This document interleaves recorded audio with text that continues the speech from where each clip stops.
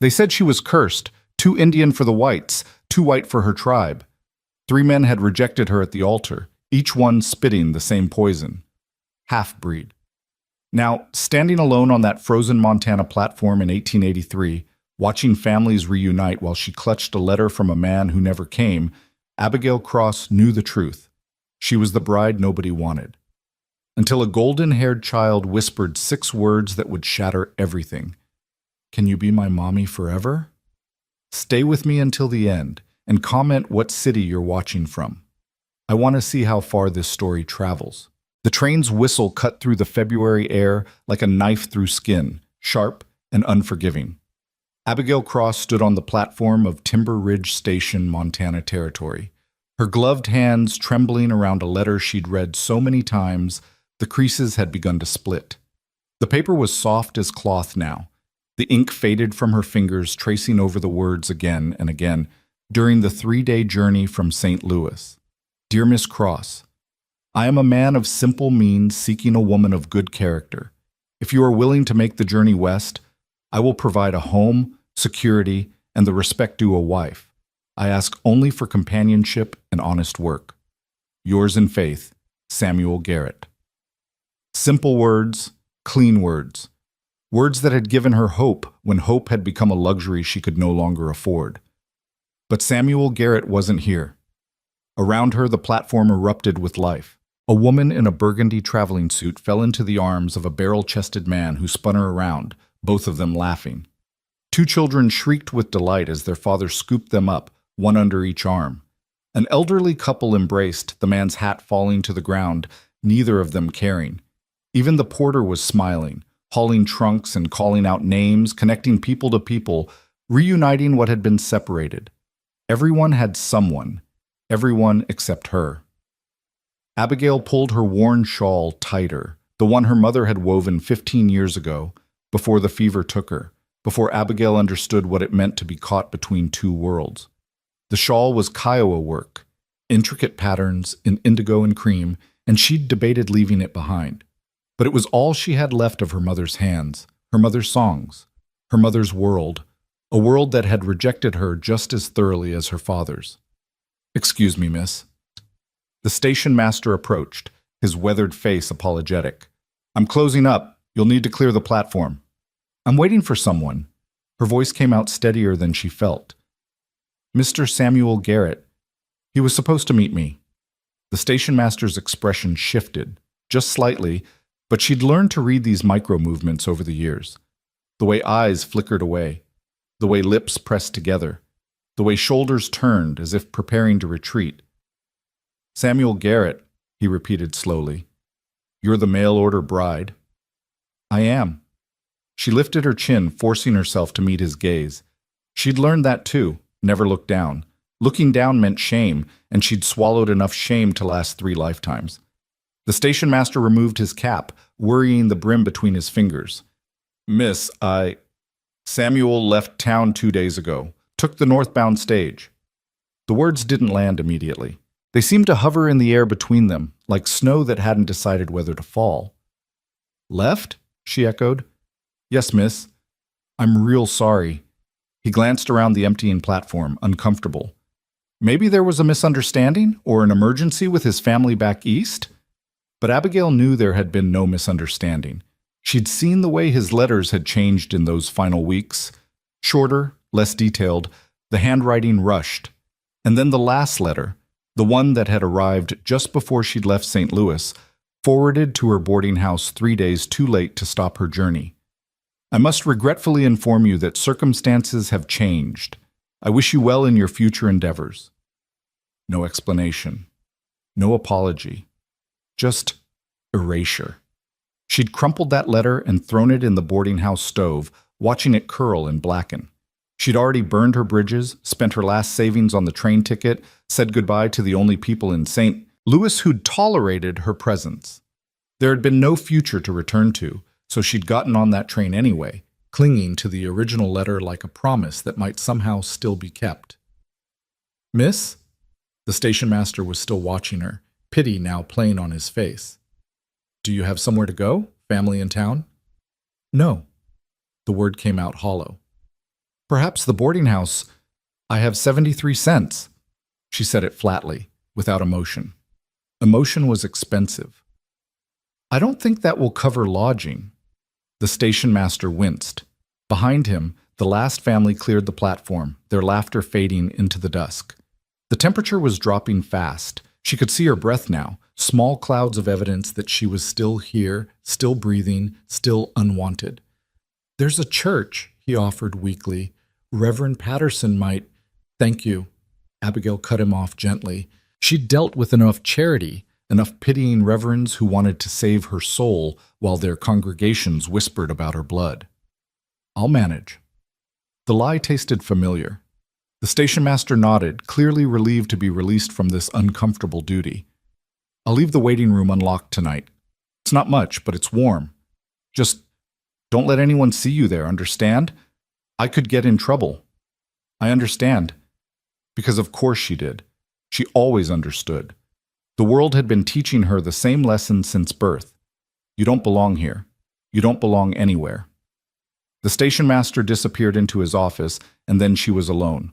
Truly, completely alone. Abigail sank onto the wooden bench, her carpet bag, containing everything she owned, pressed against her legs. The platform was empty now, shadows lengthening as the sun dropped behind the mountains. Beautiful mountains, she noted distantly, purple and gold, crowned with snow. Montana was beautiful, she'd give it that much. Cold but beautiful. The wind picked up, carrying voices from the town beyond the station. Saturday evening sounds, families settling in for supper, stores closing, life happening for people who had a place in it. She closed her eyes and tried to pray, but the words wouldn't come. She'd prayed in St. Louis when Thomas Whitmore had taken one look at her on their wedding day and announced he couldn't marry a squaw. She'd prayed in Kansas City when William Thorpe's mother had spat at her feet and called her an abomination. She'd prayed in Denver when Christopher Mills had simply never shown up, leaving her stranded for 3 days before a kind shopkeeper told her the truth. Mills had seen her from across the street, noted her dark hair and copper skin, and caught the next train east. 3 rejections. 3 humiliations. 3 times she'd stood in a dress that wasn't quite white, because true white was for pure brides, and everyone knew she wasn't pure, couldn't be pure, not with that blood, and waited for men who'd decided sight unseen that she wasn't worth keeping. And now Samuel Garrett. The 4th rejection, though at least he'd had the decency to flee before she'd had to endure another public refusal. Small mercies. Maybe there's something wrong with me, she thought, not for the first time. Maybe they can smell it on me, the unwantedness. Maybe I carry it like a disease. Her father had been a Scottish trapper who'd stayed with her mother's Kiowa band for 2 years before disappearing into the wilderness, leaving behind a pregnant woman and promises that turned out to be worthless. Her mother had loved him anyway, had named her baby girl Abigail because he'd said it was his mother's name, had taught that baby to speak English alongside Kiowa because she believed, somehow, despite everything, that her daughter would need both languages to survive. And she'd been right. Abigail had needed both languages, both worlds, and had been denied full entry to either. The Kiowa had called her White Bird, beautiful but not quite right, never quite fitting with the flock. The white world had called her worse, half-breed, mongrel, savage, stain. She opened her eyes, staring at the train tracks that stretched east and west, iron lines connecting everywhere that wasn't here. For a moment, just a moment, she considered using her remaining money to buy passage back east. But passage to where? To what? The boarding house that had tolerated her only because she paid in advance? The sewing shop that had let her work in the back room, hidden from customers who might object to being served by someone like her? No. There was nothing back there except more of the same. At least here, in this frozen Montana nowhere, the humiliation was fresh. She hadn't yet accumulated layers of shame in this place, hadn't yet learned which streets to avoid, which shops to not enter, which families to keep her eyes down around. The door to the waiting room was unlocked, as promised. Abigail picked up her carpet bag and was about to head inside when she heard it, a small sound, almost lost in the wind. Crying. She turned, scanning the platform. Nothing. The shadows were deep now, the sun fully set. Maybe she'd imagined it. God knew her mind was there, Behind the water tower, a small figure huddled against the wood. Abigail moved without thinking, her own misery temporarily forgotten. As she approached, the figure resolved into a child, a little girl, no more than 5 or 6, with golden curls escaping from beneath a knitted cap. She was crying softly, her small body shaking with cold, or fear, or both. "Hello," Abigail said gently, crouching down a few feet away. She'd learned not to approach children too quickly. Their parents had usually already taught them to be afraid of people who looked like her. "Are you lost?" The child looked up, tears streaming down her round cheeks. In the dim light, Abigail could see her face was flushed, her eyes fever bright. "I can't find Papa," she whispered. "He told me to wait by the feed store, but I couldn't remember which building and it got dark and—" A sob cut off her words. "Shh, it's all right." Abigail kept her voice soft, non-threatening. "Your Papa is probably looking for you right now. What's your name?" "June." The little girl wiped her nose with her sleeve. "June Harper. That's a beautiful name. I'm Abigail." She smiled, though her face felt stiff from cold and unshed tears. "June like the month?" A tiny nod. "My favorite month," Abigail said. It wasn't, but the child didn't need to know that. "June, does your Papa work in town?" "We live outside town, at the ranch. But Papa had to come sell the horses, and I wanted to come too and see the train, and—" Another sob. "I got confused." Abigail's heart twisted. This child was lost and frightened, and somewhere a father was probably losing his mind searching for his daughter. She knew she should take the girl to the sheriff's office or find the station master, but something kept her there, crouched in the shadows beside this crying child. Maybe it was because June hadn't flinched away from her, hadn't looked at her dark hair or her copper-toned skin and learned fear, hadn't been taught yet that Abigail Cross was someone to avoid. Or maybe it was because, for the first time in months, years, Abigail felt useful, needed, like she had a purpose beyond simply surviving rejection after rejection. "Are you hurt?" June asked suddenly, her tear-bright eyes focusing on Abigail's face. "You look sad." The observation was so direct, so innocent, that Abigail felt something crack inside her chest. "Just a little sad," she managed, "but I'm okay." June studied her with the intensity only children possess, that ability to see straight through adult pretenses to the truth beneath. Then she reached out one small hand and touched Abigail's cheek, her fingers warm against Abigail's cold skin. "Don't be sad," June whispered. "When I'm sad, Papa says the sadness goes away if I help somebody else feel better." Abigail's eyes burned. This child, lost and scared herself, trying to comfort a stranger. "That's very wise," she said, her voice rough. "Your Papa sounds like a good man." "He is." June's lip trembled again. "But I can't find him, and I'm scared," and her small body swayed slightly. Alarm shot through Abigail. She reached out, steadying the child. "June, are you feeling all right? You're very warm." "I'm sleepy." June's eyes were starting to droop. "And my head hurts." Fever. The child had a fever, and she was out here in the cold, lost and alone. Abigail made a decision. "Come here, sweetheart." She opened her arms, and June, this child who should have been taught to fear her, stumbled forward into them without hesitation. The trust shattered something in Abigail. She held this small, warm body close, feeling June's arms wrap around her neck, and for a moment, just a moment, she understood what it might be like to be needed, to be wanted, to be someone's safe place. "My mama went away," June murmured against Abigail's shoulder. "Papa says she's in heaven now. Are you a mama?" The question hit like a physical blow. "No, sweetheart, I'm not." "Oh." A pause, and then, so softly Abigail almost missed it. "Would you want to be?" Abigail's throat closed. She thought of all the dreams she'd had, the ones she'd carefully folded away like linens she'd never get to use. Dreams of a home, children, a place where she belonged. Dreams that men like Samuel Garrett had taken from her, one rejection at a time. Before she could answer, a voice rang out across the platform, deep, rough, edged with panic. "June!" The child stirred in Abigail's arms. "Papa?" June, where are you? The voice was closer now, and Abigail could hear running footsteps. Your papa's here, Abigail whispered, relief flooding through her. You're safe now. She stood, still holding June, and stepped out from behind the water tower into the dim glow of the platform's single lamp. A man was running toward them, tall, broad-shouldered, moving with the kind of desperate speed that only a terrified parent can manage. He stopped short when he saw them, his chest heaving, his face a mask of fear and relief. June. The word was somewhere between a prayer and a sob. Papa! June reached for him, and Abigail handed the child over, watching as this man, this stranger, clutched his daughter like she was the only thing keeping him anchored to the earth. I'm sorry, Papa, June was crying.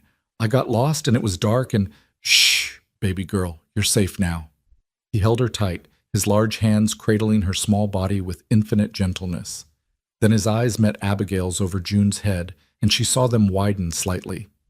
Here it comes, she thought, the recognition, the judgment, the moment when he realizes his daughter was in the arms of a half-breed and feels compelled to say something cutting about it. But he surprised her. Thank you. The words were simple, genuine. I've been searching for half an hour. I thought… His voice broke. Thank you. She's running a fever, Abigail said quietly, focusing on what mattered. Not dangerously high yet, but she needs to get warm and rest. The man's face went pale. He pressed his palm to June's forehead and cursed softly. The fever. Christ, not again. Fear flickered across his face, deep, old fear that spoke of previous loss. June stirred in his arms, her small voice sleepy but insistent. Papa, the lady is sad, and she's cold. Can she come home with us? June, you can't just… He stopped, seeming to really look at Abigail for the first time. She saw his gaze take in her worn traveling dress, her thin shawl, her carpet bag sitting on the platform where she'd dropped it. His eyes were sharp, assessing, but not unkind. I don't need charity, Abigail said quickly, lifting her chin. Pride was all she had left. Thank you, but I'll be fine. Papa, please. June's voice was plaintive, feverish. She helped me, and she's all alone. Mama wouldn't want her to be alone. Something shifted in the man's face at the mention of Mama, pain, raw and recent. He looked at his daughter, then at Abigail, then at the empty platform behind her. Were you waiting for someone? He asked. The question was too close to the wound. I was, Abigail said stiffly. It appears they had other plans. Understanding flickered in his eyes. A husband? A potential husband. Mail order arrangement. She said it flatly, daring him to comment, to judge. Obviously, it didn't work out. He was quiet for a moment, and Abigail braced herself for pity or scorn. She wasn't sure which would be worse. But when he spoke, his voice was careful, measured. Do you have family in the territory? No? Friends? No. Money for lodging? She almost laughed. 73 cents. He winced. June was starting to shiver in his arms, and he made a decision. I can't leave you here, he said simply. My ranch is an hour's ride north. There's a spare room, a bed, a fire. You're welcome to stay the night, at least until you figure out your next move. He paused, then added quietly, I'm Eli Harper. This is my daughter June. Abigail Cross. She hesitated, suspicion warring with desperation. Why would you help me? You don't know me. Eli shifted June's weight in his arms, his expression unreadable in the shadows. You helped my daughter when you could have walked past her. You're stranded in a town you don't know, with no money and no prospects. And… He stopped, seemed to reconsider his words. Let's just say I know what it's like to be judged for things you can't control. There was a story there. Abigail could hear it in the rough edges of his voice. But June was shivering harder now, and the night was getting colder, and Abigail's own body was starting to shake from the cold and the emotional exhaustion of the day. Just for tonight, Eli said again. Tomorrow, you can decide what comes next, but I can't in good conscience leave you here to freeze. Abigail looked at him, really looked. He was older than she'd first thought, maybe mid-30s, with deep lines around his eyes that spoke of too much sun and too much worry. His coat was worn but clean, his boots scuffed but well-maintained. Working man's hands, a working man's bearing, and his eyes, when they met hers, held no malice, no judgment, just weariness, the kind that matched her own. "Can you be my mommy?" June's voice drifted up, fever soft and drowsy. "Just for tonight?" Eli's jaw tightened. "June, you can't just—" "It's all right," Abigail heard herself say. "Yes, sweetheart, just for tonight." She didn't know what made her say it. Maybe it was the cold. Maybe it was the loneliness. Maybe it was the way this child had looked at her without fear, without judgment, and asked if she was hurt. Maybe it was because she had nowhere else to go and nothing left to lose. Or maybe it was because for the first time since stepping off that train, someone had looked at her and seen a person worth helping instead of a problem to avoid. Eli nodded once, accepting her decision. "My wagon's behind the mercantile. Can you walk?" "I can walk." Abigail picked up her carpet bag, the weight of her entire life suddenly seeming very light. They moved through the empty town, Eli carrying June, Abigail walking beside them. The streets were quiet now, Saturday evening having given way to Saturday night. Lamps glowed in windows, smoke rose from chimneys, families gathered around tables and hearths. All the normal things that normal people did. Abigail had never been normal. The wagon was simple but sturdy, pulled by two horses that stamped impatiently in the cold. Eli settled June in the back on a bed of blankets, then helped Abigail up. His hand was warm, calloused, steady. He didn't flinch when he touched her, didn't pull away like she carried some contagion. Small things. She'd learned to be grateful for small things. "There are more blankets back there," Eli said as he climbed into the driver's seat. "Wrap up. It's a cold ride." Abigail did as instructed, tucking blankets around June first, then herself. The child was burning up now, mumbling in her sleep, and Abigail felt her healer's instinct kick in, the knowledge her mother had passed down, plant by plant, cure by cure. She pressed her hand to June's forehead, gauging the fever's intensity. "How long has she been sick?" Abigail asked as the wagon lurched into motion. "She wasn't sick this morning." Eli's voice was tight with worry. "Just complained her throat hurt. I shouldn't have brought her to town, but she begged, and I—" He stopped. "I can't say no to her." "Children spike fevers fast," Abigail said, trying to sound reassuring. "It might be nothing, but if you have yarrow or elderflower at the house, I can make a tea that will help." He glanced back at her, his eyes unreadable in the darkness. "You know healing?" "My mother was a healer, Kiowa medicine." She waited for the reaction, the stiffening, the doubt, the suggestion that perhaps white medicine would be better. But Eli just nodded. He stopped, started again. "I've seen native medicine work when white medicine failed. If you can help her, I'd be grateful." The wagon rolled north, out of town, and into the vast darkness of the Montana Territory. Above them, stars emerged in their thousands, so bright and numerous they seemed unreal. Abigail had forgotten how dark the night could be outside cities, how large the sky. June whimpered in her sleep, and Abigail gathered the child close, sharing warmth. The little girl curled into her instinctively, her hot face pressed against Abigail's chest. It should have been uncomfortable, should have been awkward, this stranger's child using her body for comfort. But instead, it felt right, like something clicking into place, like a key finding its lock. "She doesn't usually take to strangers," Eli said quietly, his eyes on the road. "Not since her mother died." There it was again, that pain, that loss. "How long?" Abigail asked softly. 8 months. Fever took her quick. One day she was fine, the next— His hands tightened on the reins.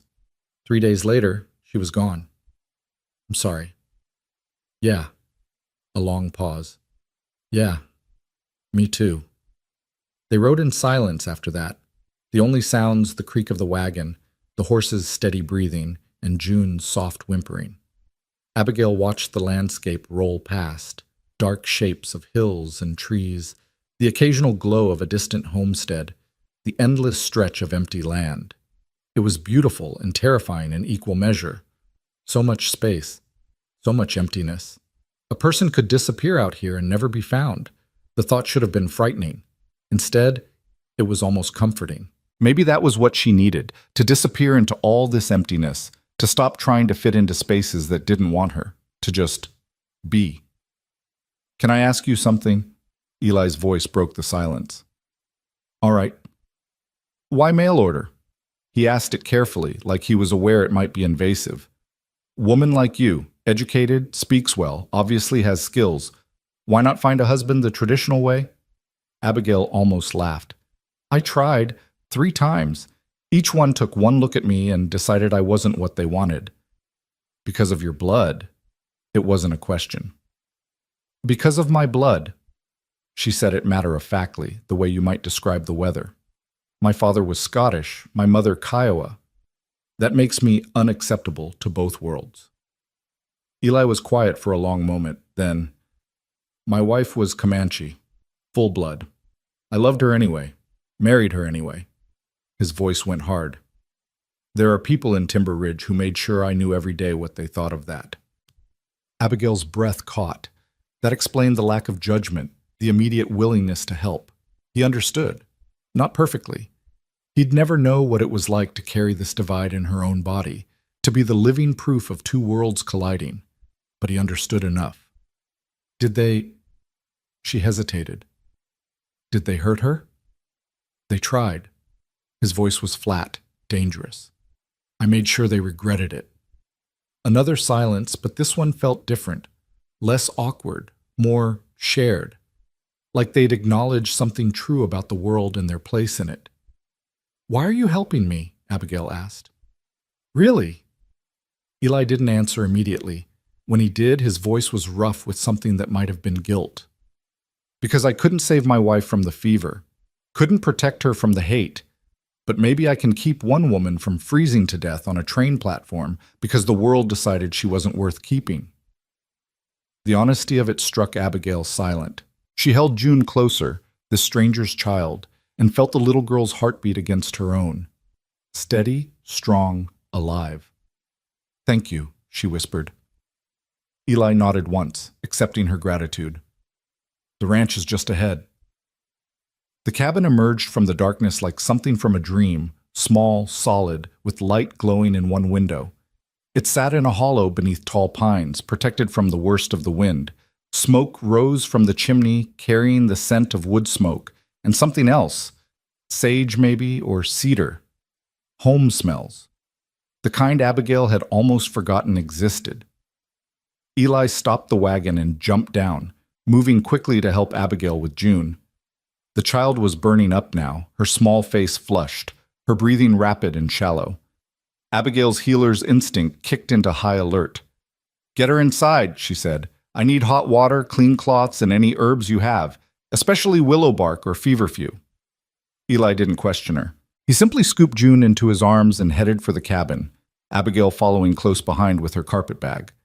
Inside, the cabin was simple but clean. One main room with a stone fireplace, a small kitchen area, a handmade table and chairs.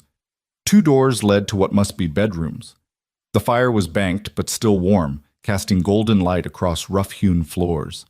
And there, near the hearth, hanging on a wooden peg, a small beaded dress. Intricate work, beautiful patterns in red and black and white. The kind of dress a mother would make for a daughter. The kind of dress that spoke of love and time and hands that would never create again. Abigail's eyes caught on another detail. A small turquoise charm on the mantel, the kind Comanche women wore for protection. The ghosts in this house weren't metaphorical. They were real, present, woven into every corner. "Back bedroom," Eli was saying, carrying June through one of the doors. Abigail followed, finding a small room with a narrow bed, a simple dresser, a window overlooking the dark pines. Eli laid June on the bed, his large hands gentle, his face tight with fear.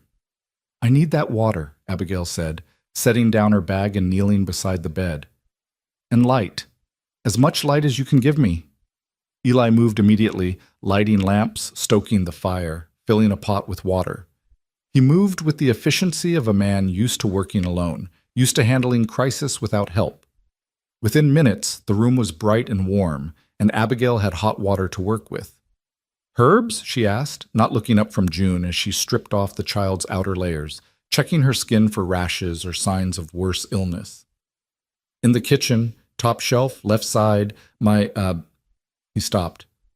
Wina kept them, labeled in English and Comanche both. Abigail looked up sharply.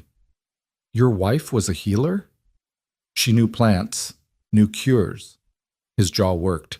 Didn't help her in the end. A fever is cruel, Abigail said softly. Sometimes even the best healers can't stop it. Find what you need. Tell me what to do. Abigail stood, moving quickly to the kitchen. The herbs were exactly where Eli said they'd be. Small bundles hanging from pegs, dried flowers in clay pots, roots wrapped in cloth. She recognized most of them immediately, her mother's teachings coming back like muscle memory. Yarrow for fever, elderflower for inflammation, mint for nausea, willow bark for pain, and there, in careful handwriting on each bundle, the names in both English and Comanche. This woman, this Wina, had been teaching someone, preserving knowledge, making sure it wouldn't die with her. Abigail's throat tightened. She grabbed what she needed and returned to the bedroom where Eli was sitting beside June, holding the child's small hand in his large one. June was tossing restlessly, mumbling words Abigail couldn't make out. Boil this, Abigail instructed, handing Eli a mixture of herbs. When it's ready, strain it and bring it to me. Then I need clean cloths and a basin of cool, not cold water. Eli moved and Abigail settled beside June, pressing her hand to the child's forehead, feeling the heat radiating from her small body. The fever was high, but not dangerously so. Not yet. But it could spike fast, especially in the night.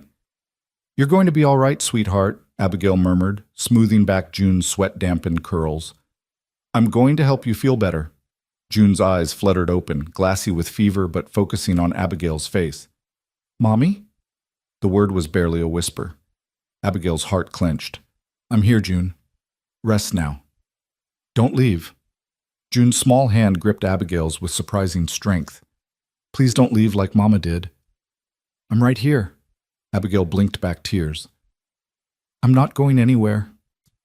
Eli returned with the tea and watched as Abigail carefully lifted June, supporting the child's head while coaxing her to take small sips. The tea was bitter, willow bark always was, but June drank it without complaint, her trust in Abigail absolute. Good girl, Abigail murmured. You're so brave. Once June had drunk enough, Abigail laid her back down and began the work of cooling her fever. Wet cloths on her forehead, her wrists, behind her knees. Ancient techniques passed down from healer to healer, mother to daughter, generation to generation. The same techniques her mother had used on her when she was small and sick, the same words whispered in the same gentle cadence. Eli watched from the doorway, his arms crossed, his face unreadable. But his eyes held something that looked like wonder, or maybe disbelief, as if he couldn't quite process that this stranger, this woman he'd found alone on a train platform, was now in his home, caring for his daughter with the kind of practiced skill that spoke of deep knowledge. Where did you learn this? He asked quietly. My mother. Abigail didn't look up, focused on her work. She was a healer in her band, taught me everything she knew before she died. How old were you? 13. The memory was old but still sharp. Fever took her too, probably the same one that killed half the band that winter. She paused, then added softly, I tried everything I knew. It wasn't enough. You were a child. I was a healer, or trying to be. Abigail changed the cloth on June's forehead, checking the child's pulse. Steady. Good. It's hard, learning that sometimes knowledge isn't enough. Sometimes people die despite everything you do. Yeah. Eli's voice was rough. Yeah, it is. They fell silent, working together. Abigail tending to June, Eli bringing fresh water, more cloths, more tea. Outside, the wind picked up, rattling the windows, but inside the cabin was warm, filled with firelight and the sharp scent of medicinal herbs. June's fever began to break around midnight, her skin cooling, her breathing evening out. She slipped from restless sleep into true rest, her small hand still wrapped around Abigail's fingers. "She's going to be all right," Abigail said finally, exhaustion washing over her now that the crisis had passed. "The fever broke. She just needs rest now." Eli's shoulders sagged with relief. He scrubbed a hand over his face, and Abigail saw how tired he looked, lines of worry etched deep, shadows under his eyes. "Thank you," he said hoarsely. I don't know what I would have done if you would have managed." Abigail carefully extracted her hand from June's grip and stood, her knees protesting. "You're her father. You would have found a way." "Maybe." He looked at his sleeping daughter, then at Abigail. "But I'm damn glad I didn't have to try alone." The words hung in the air between them, loaded with meaning neither of them was quite ready to examine. Abigail became suddenly aware of the intimacy of the situation, alone with this man, in his home, in the middle of the night. She should feel uncomfortable, should feel unsafe, but she didn't. "You should rest," Eli said, seeming to sense her discomfort. "The spare room is through there. It's not much, but the bed's clean and there's extra blankets. I'll stay with June tonight in case the fever comes back." "I can stay." "You've done enough." His voice was firm, but not unkind. "You've been traveling for days. You've had the worst day imaginable, and you just spent hours healing my daughter. Rest, Abigail, please." The use of her name, the first time he'd said it, made something flutter in her chest. She nodded, too tired to argue. "If her fever spikes again, I'll get you immediately. The tea should be given every 4 hours, just a few sips, and keep the cool cloths going if she gets hot again." "I will." Abigail gathered her carpet bag and moved toward the spare room, but paused at the doorway. "Eli?" He looked up. "Yeah?" "Thank you for not leaving me on that platform." His expression softened. "Thank you for finding my daughter, for helping her." A pause. "For not judging us." "Judging you." "This house, the Comanche touches, the herbs labeled in 2 languages." He met her eyes squarely.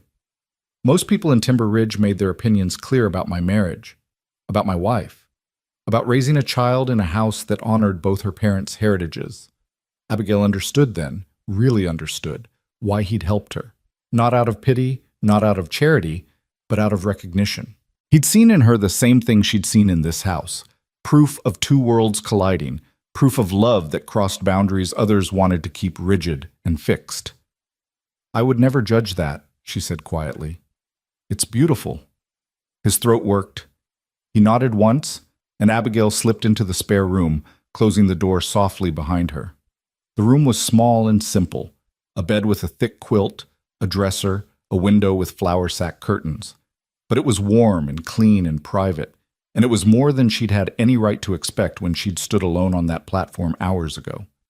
Abigail set down her bag and sank onto the bed, her body finally acknowledging its exhaustion. She should change into her nightdress, should wash her face, should do all the normal things. But instead she just sat there, staring at her hands, hands that had tended a sick child, hands that had been held by that child, hands that had been useful for the first time in so long. "Can you be my mommy?"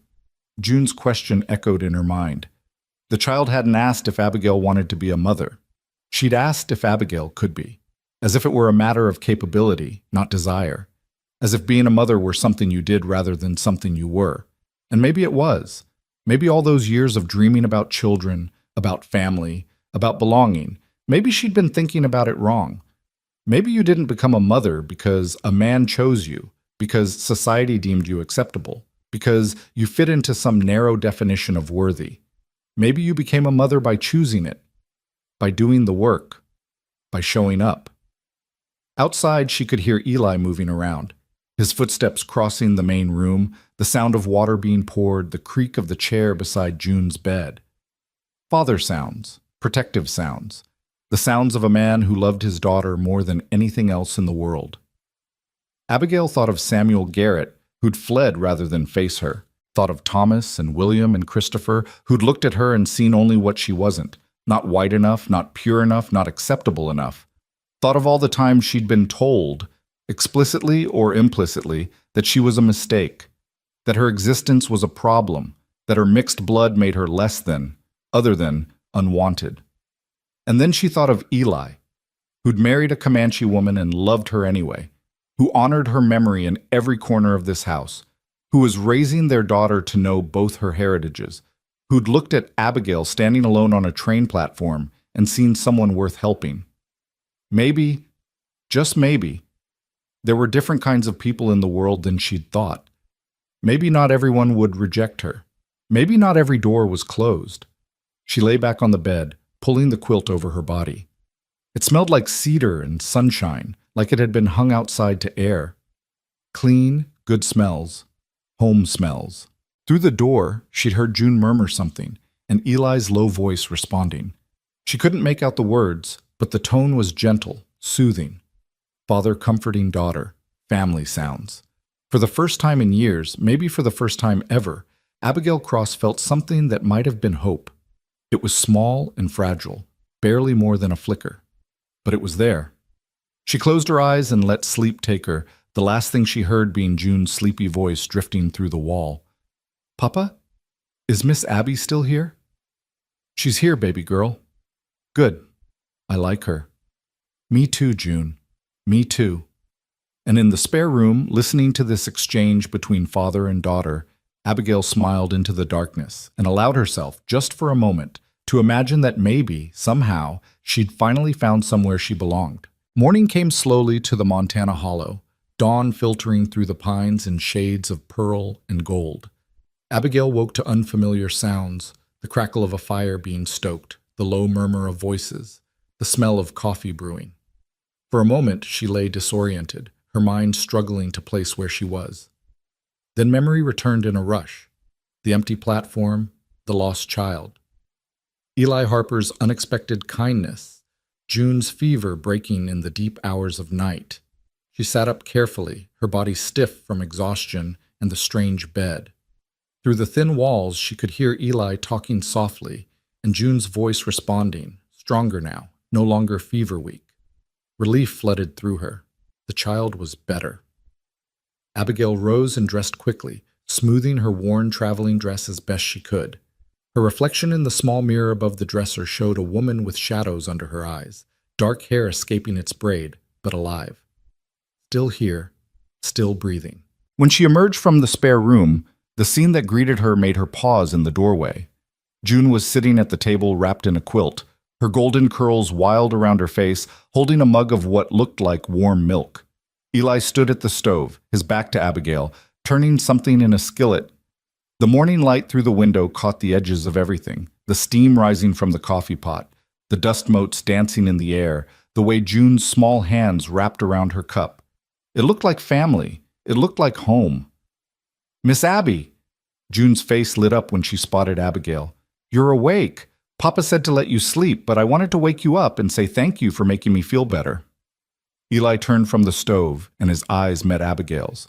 In the morning light, she could see him more clearly, the strong line of his jaw, the weariness that seemed permanently etched into his features, but also something else, something that might have been relief or gratitude or simply acknowledgement that she'd kept her word and stayed. Good morning, he said, his voice rough from lack of sleep. Coffee? Please. Abigail moved to the table, her hand automatically reaching to touch June's forehead. Still warm, but nothing like the burning heat of last night. How are you feeling, sweetheart? My head doesn't hurt anymore, June announced proudly. And Papa made eggs. Do you want eggs? He makes them with butter, and they're really good. June, let Miss Cross wake up before you talk her ear off. But Eli was smiling slightly as he said it, pouring coffee into a chipped ceramic mug and bringing it to Abigail. Their fingers brushed as she took the cup, and she felt the calluses on his hands, working hands, honest hands. Thank you, she said quietly, for the coffee, for everything. You saved my daughter's life. He said it plainly, like it was a simple fact. Least I can do is offer you breakfast. I didn't save her life. It was just a fever. It was just a fever that killed my wife. The words came out harder than he probably intended, and June's eyes widened. Eli caught himself, softening his tone. What I mean is, I couldn't help June last night. Didn't know what to do. You did. That matters. Abigail didn't know how to respond to that, so she sipped her coffee instead. It was strong and bitter and exactly what she needed. Outside, she could hear birds beginning their morning songs, and somewhere in the distance, the sound of cattle lowing. Eli returned to the stove, sliding eggs onto 3 plates. He brought them to the table. Simple fare, eggs and bread, but it smelled like heaven. Abigail couldn't remember the last time someone had cooked for her. They ate in comfortable silence for a few minutes, June swinging her legs under the table, Eli methodically working through his food. Abigail watched them covertly. The way Eli cut June's eggs into smaller pieces without being asked. The way June reached over to pat her father's hand when he seemed to drift into dark thoughts. The unspoken language of 2 people who'd learned to be a family of 2 after being a family of 3. "Papa," June said suddenly, "can Miss Abby stay forever?" Eli's fork paused halfway to his mouth. "June, we talked about this. Miss Cross has her own life to get back to." "But she doesn't." June looked at Abigail with those clear, honest eyes that children have, the ones that see straight through adult pretenses. That's why she was on the platform all alone. That's why she was sad. The man who was supposed to marry her didn't come, so she doesn't have anywhere to go. June Harper.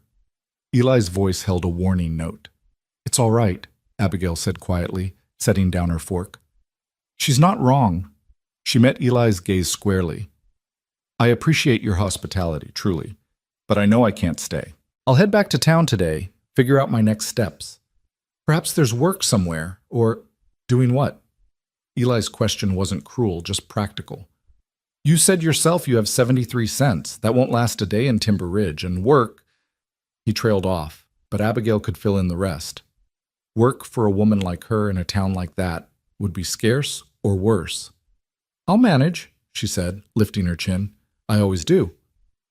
"Or," June piped up, her voice taking on the particular tone of a child who thinks she's being very clever, "you could stay here and help Papa. He needs help. He's always saying how much work there is and how he wishes he had more hands and—" "June, that's enough." Eli's voice was firm now. "Miss Cross is our guest, not an employee, and she certainly doesn't want to be trapped on a ranch in the middle of nowhere with 2 strangers." But something in his words caught Abigail's attention. "You do need help?" Eli's jaw tightened. "I can manage. That's not what I asked." He was silent for a moment, clearly debating whether to answer honestly. Finally, he sighed. "The ranch is struggling. I lost most of my hands after Weena died.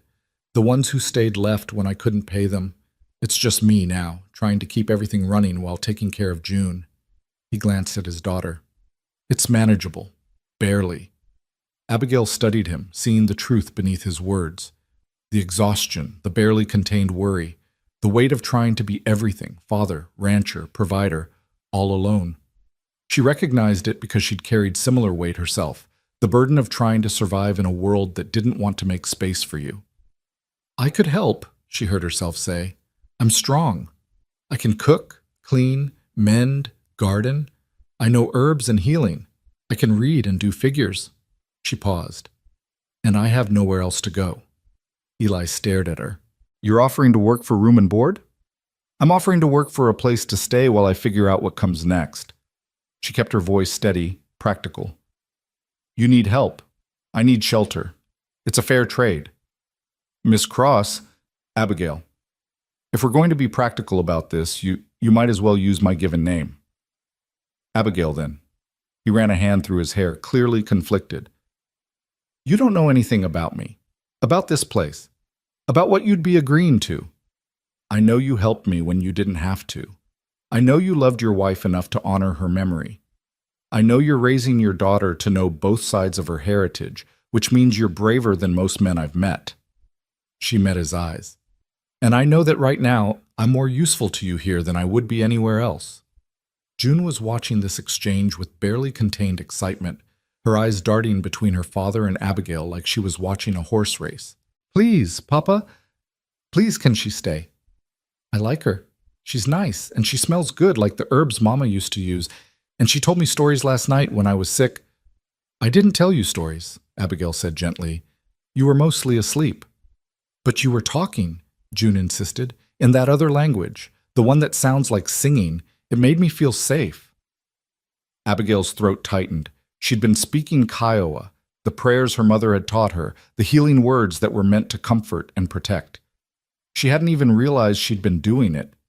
Eli was looking at her with something unreadable in his eyes. "You speak Kiowa?" "It was my mother's language, my first language." She waited for the judgment, the suggestion that English should be enough, that native tongues had no place in civilized society. But Eli just nodded slowly. "Weena used to sing to June in Comanche. After she died, I tried to remember the songs, but—" He glanced at his daughter. "I couldn't carry the tune, couldn't remember all the words. June hasn't heard her mother's language in 8 months." The weight of that statement settled over the table. A child losing her mother was tragedy enough, but losing the language too, the songs, the prayers, that was a different kind of death. A cultural erasure that happened one generation at a time. "I could teach her," Abigail said softly. "Not Comanche. I don't know it. But Kiowa. Some of the words are similar. The structure is close. It would be something." Eli's expression cracked, just slightly, just enough for Abigail to see the grief beneath the careful control. "You'd do that?" "If you'd let me stay, yes." The silence stretched between them, heavy with possibility and risk. Abigail could see Eli weighing the decision, the practicality of having help against the danger of letting a stranger into his life, into his daughter's life, into the home he'd built with a woman he clearly still loved. Finally, June broke the silence. "Papa, remember what Mama used to say? About how the Creator sends help in unexpected shapes?" Eli's eyes closed briefly, and Abigail saw pain flicker across his face. When he opened them again, he looked directly at Abigail. "1 month," he said. "Trial period. You work, I provide room and board. At the end of the month, we both decide if the arrangement should continue. Fair?" It was more than fair. It was a lifeline. "Fair," Abigail agreed, extending her hand across the table. Eli took it, his grip firm and warm. They shook once, sealing the bargain, and June let out a whoop of joy that made them both smile despite the seriousness of what they'd just agreed to. "I'll show you around after breakfast," Eli said, releasing her hand and returning to his eggs. "Ranch isn't much, some cattle, a few horses, chickens, a vegetable garden that's mostly dead at this point. The work is hard and the hours are long." "I'm not afraid of hard work." "Didn't figure you were." Glanced at her. "But I need to be clear about something. The reason I lost most of my ranch hands wasn't just about money. It was about Weena, about me marrying a Comanche woman, about people in town making their opinions known about what that meant." "I understand," Abigail said quietly. "I've been dealing with people's opinions my whole life. Some of those opinions come with actions." Eli's voice went hard. "There were incidents, threats. Once someone tried to burn down the barn. Another time someone shot at Wano when she was riding into town." His jaw clenched. "I made it clear that anyone who touched my family would answer to me, but that doesn't mean everyone's happy about us being here. And if you stay, if you're associated with this household, people will talk. Worse than talk, maybe." Abigail considered this. She'd faced hatred before, the kind that came with slurs and closed doors and sudden violence. But she'd always faced it alone, with no one standing beside her. The idea of being part of something, even if that something was a target, felt strangely less frightening than continuing to wander alone. "I still want to stay," she said simply. Eli studied her for a long moment, then nodded. "All right then.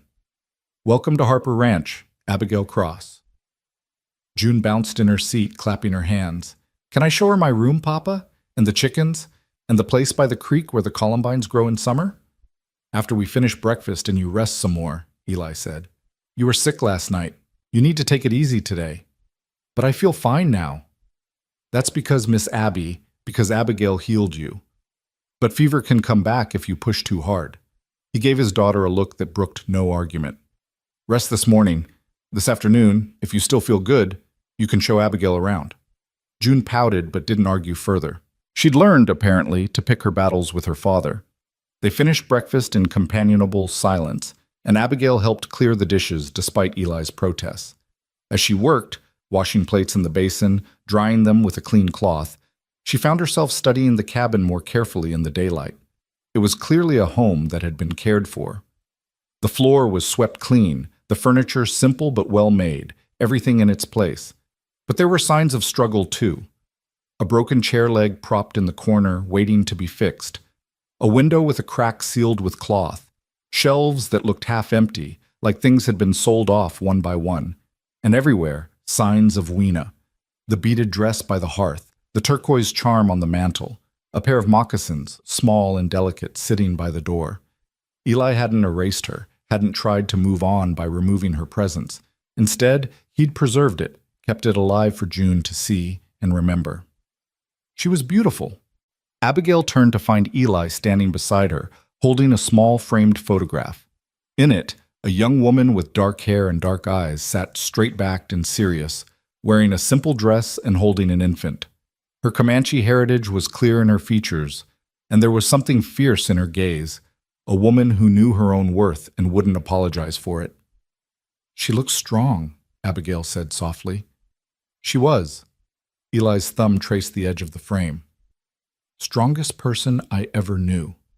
When we met, she was working as a translator at Fort Ellis.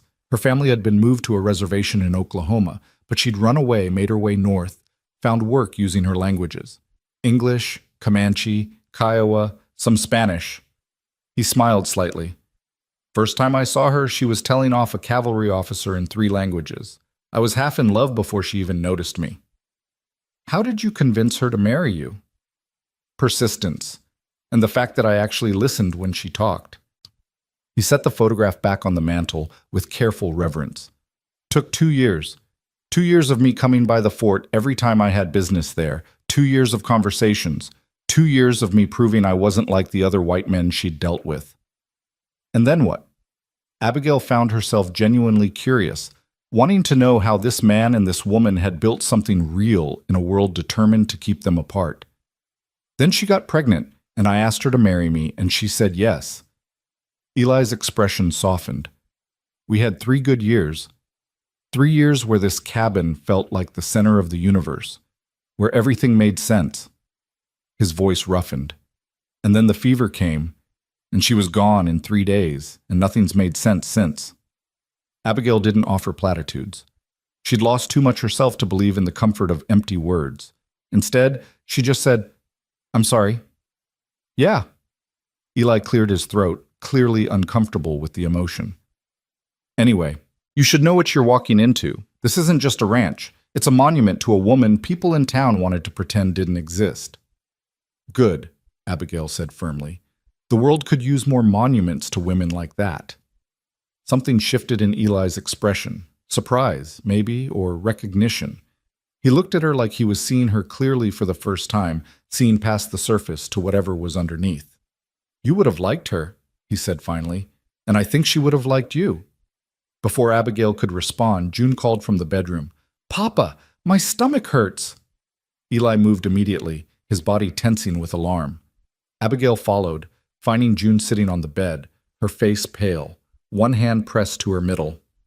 "Where does it hurt, baby girl?" Eli knelt beside the bed, his hand on her forehead checking for fever. "Here." June pressed her hand to her lower abdomen. "It feels funny, like it's rolling around." Abigail stepped closer, her healer's mind running through possibilities.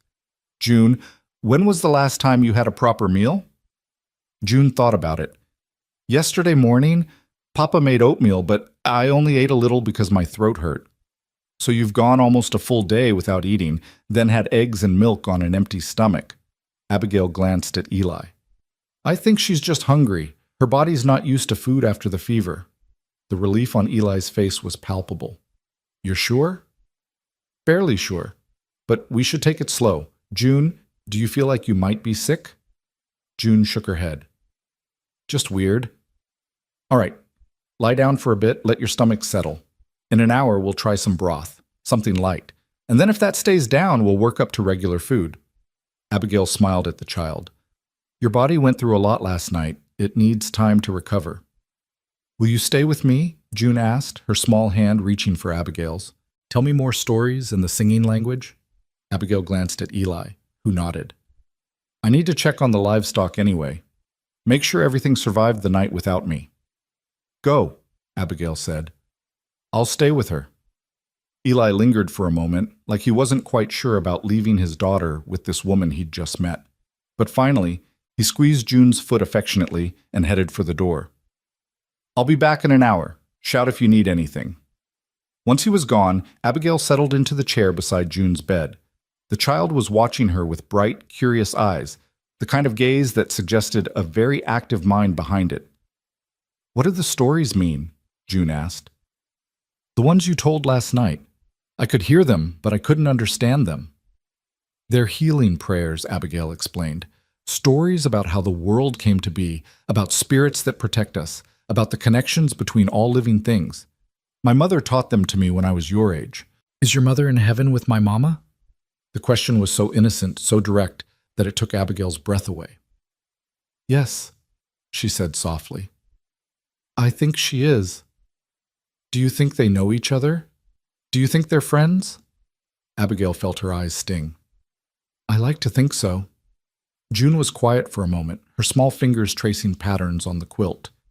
Then, "Miss Abby, why was your mama different from other mamas?" "What do you know about different?" Abigail asked carefully. "I know my mama was Comanche and that some people didn't like that. I know they said mean things. Papa tried to keep me from hearing, but I heard anyway." June's voice was matter-of-fact, without self-pity. "I know people think I'm different too. That's why I don't have friends in town." Abigail's heart broke a little. This child, barely 5 years old, already learning the lessons that Abigail had spent her whole life learning, already understanding that the world divided people into acceptable and unacceptable, wanted and unwanted. "My mama was Kiowa," Abigail said gently, "and my father was Scottish. That made me different from both my mama's people and my father's people. I spent my whole life not quite fitting anywhere." "Did it make you sad?" "Sometimes. Very sad." Abigail took June's small hand in hers. "But it also made me strong. Made me understand things other people don't understand. Made me able to see beauty in places other people miss." June considered this seriously. "I don't feel strong. I just feel lonely sometimes." "I know, sweetheart. But you're not alone. You have your papa, who loves you more than anything.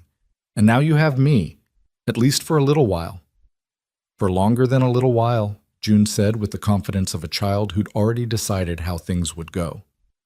"You're going to stay forever. I know you are. How do you know that?" June smiled, the kind of smile that suggested she knew secrets adults had forgotten. "Because you need us. And we need you. That's how families work." The simple wisdom of it struck Abigail silent. This child, who'd lost her mother and spent months watching her father struggle alone, who'd been isolated from other children because of who she was, this child understood family in a way that Abigail, with all her years and all her pain, was only beginning to grasp. "Tell me a story," June said, settling deeper into her pillows. "A story about your mama. I want to know about her." So Abigail did. She told June about her mother, about Laughing Bird, who'd been named for the way her voice sounded when she was happy, about how she could identify hundreds of plants by sight and smell, about how she'd tended to anyone in the band who was sick or hurt, about how she'd loved a Scottish trapper despite knowing he would leave, because love, she'd said, was always worth the risk. She told June about learning to gather herbs with her mother, about the songs they'd sing while they worked, about the way her mother's hands had moved, quick and sure and gentle, when she prepared medicines. She told her about the winter her mother got sick, about trying desperately to save her with everything she'd been taught, about holding her hand at the end and hearing her final words. "You carry both worlds in you, little bird. That's not a curse. That's a gift. Don't let them convince you otherwise." By the time she finished, June's eyes were heavy-lidded, her breathing evening out. "Your mama sounds like my mama," she murmured. "Strong and brave and beautiful." "I think they would have been good friends," Abigail agreed softly. "Miss Abby?" June's voice was barely a whisper now. "Will you teach me about plants like your mama taught you?" "Yes, sweetheart. I'll teach you everything I know." "Promise?" "I promise." June smiled and let her eyes close, her small hand still wrapped around Abigail's. Within minutes, she was asleep. her breathing deep and steady. Abigail sat there, watching this child sleep, and felt something shift inside her chest. It wasn't love. Not yet. Too soon for that. But it was something. Recognition, maybe. Or possibility. The sense that maybe, just maybe, this place could become something more than just a temporary stop on her endless journey of displacement. She heard the cabin door open and close quietly. Eli appeared in the doorway, his eyes immediately going to June's sleeping form, checking, assessing, making sure his daughter was all right. When he saw she was resting peacefully, some of the tension left his shoulders. "She's fine," Abigail said quietly. "Just tired. The fever took a lot out of her." Eli nodded, moving into the room. He stood at the foot of the bed, looking down at his daughter with an expression of such fierce love and protectiveness that Abigail had to look away. It was too intimate, too raw. "Thank you," he said after a moment, "for staying with her, for everything. You don't need to keep thanking me."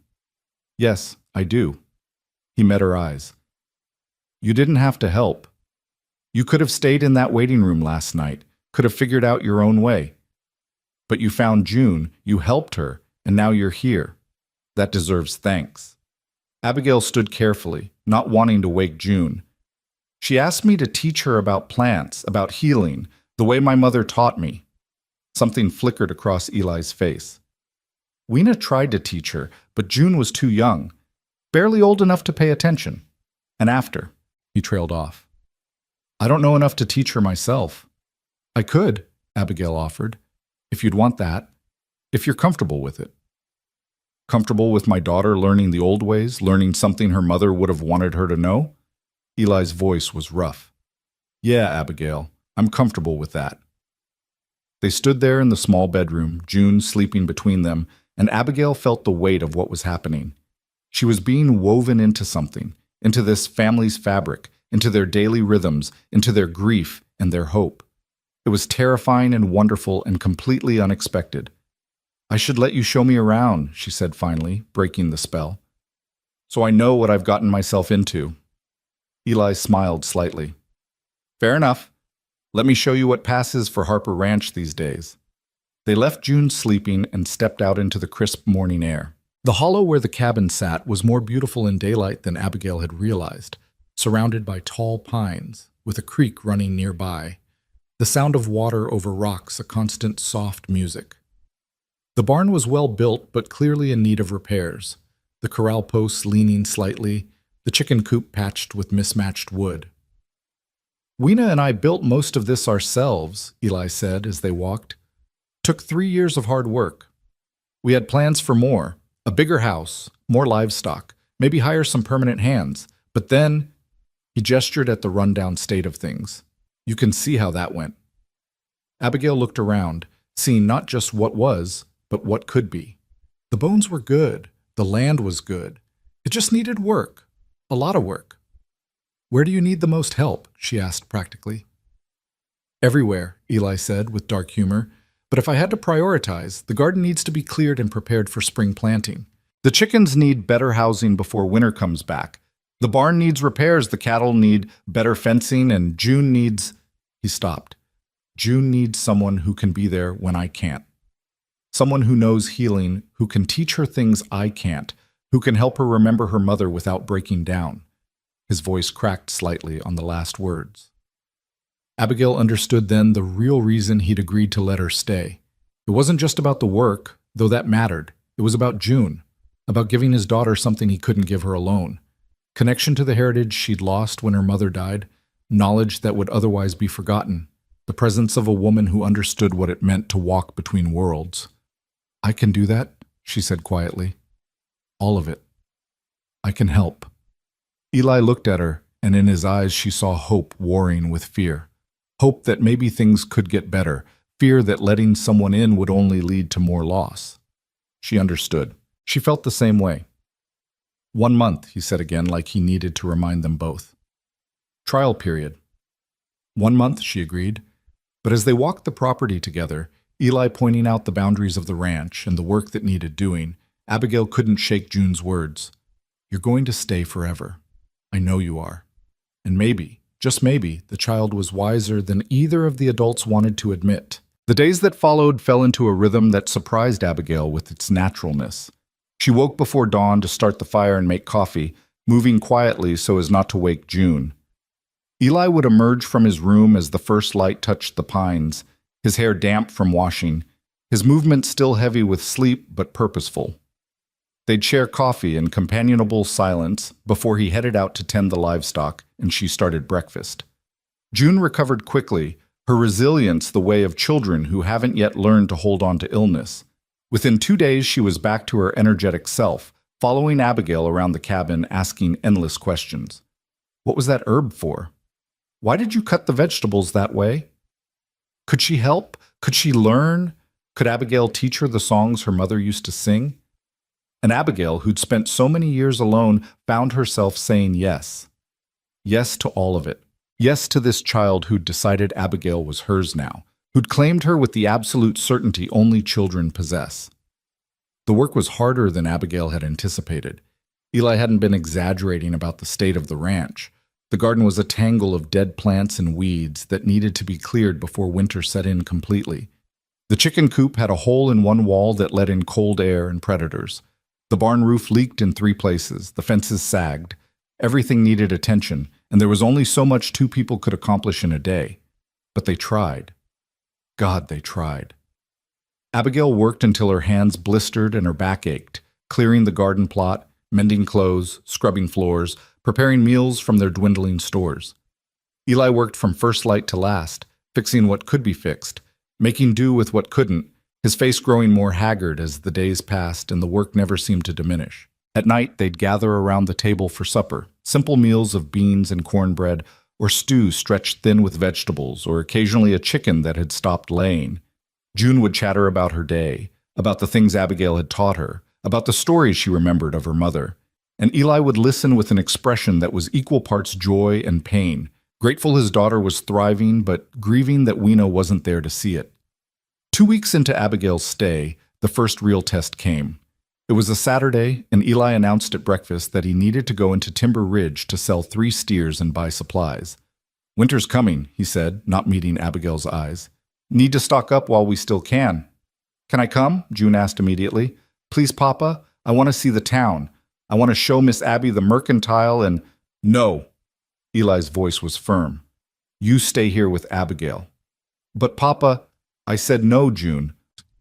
There was something in his tone that made the child fall silent, something that spoke of old fears and painful memories. After breakfast, as Eli prepared the wagon, Abigail found him in the barn. Is there a reason June can't go to town? She asked quietly. Eli's hand stilled on the harness he was checking. There are a lot of reasons, he said finally. Most of them involving people who said ugly things about her mother, who made it clear June wasn't welcome in their stores, their churches, their schools. His jaw clenched. I won't subject her to that unless I have to. And you? Abigail pressed. They say ugly things to you too, don't they? I can handle it. I'm an adult. She's a child. He turned to face her. The last time I brought her to town, a woman spit at her feet and called her a half-breed bastard. June was 4 years old. She cried all the way home. The memory made his voice go rough. So no, she doesn't come to town. Not until she's old enough to understand that other people's hate says nothing about her worth. Abigail felt rage kindle in her chest, rage she recognized, rage she'd carried her whole life. I know those people, she said quietly. I've met them in every town I've ever been. They'll never think she's old enough, Eli. They'll never think she has worth no matter what you do. I know. The defeat in his voice was heartbreaking. But I can at least keep her away from the worst of it while she's young. Let her have a few more years of innocence before the world teaches her what it thinks of her. Abigail understood. Of course she did. But she also knew what it cost, this protection through isolation.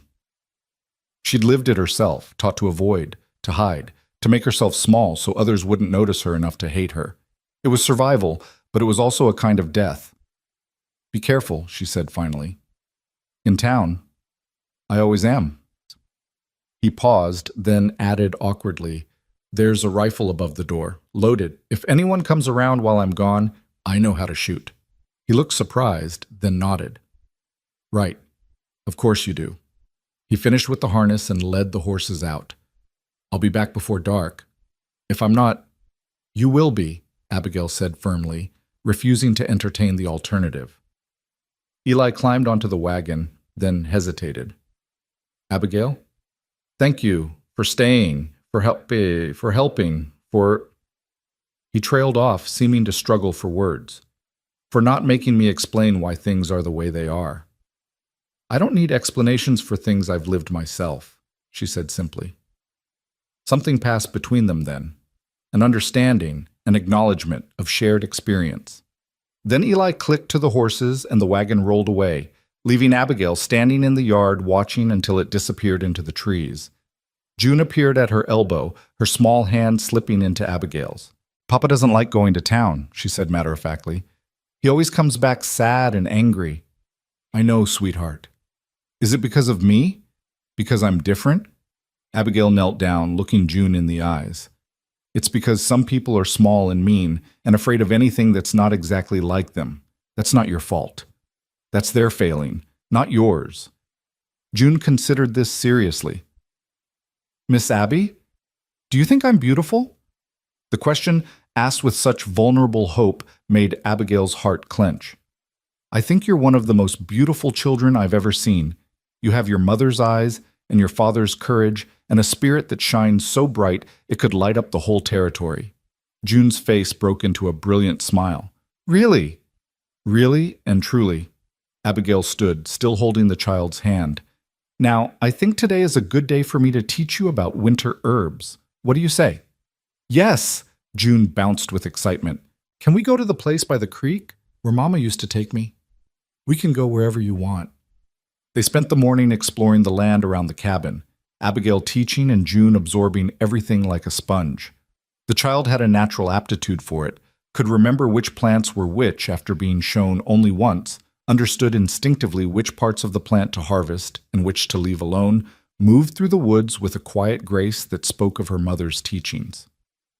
Mama used to say plants were our relatives, June said, as they knelt beside a patch of yarrow. She said we had to treat them with respect, say thank you when we took from them.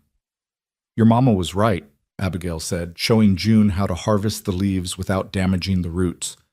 My mother taught me the same thing. Everything is connected, people, plants, animals, the earth itself.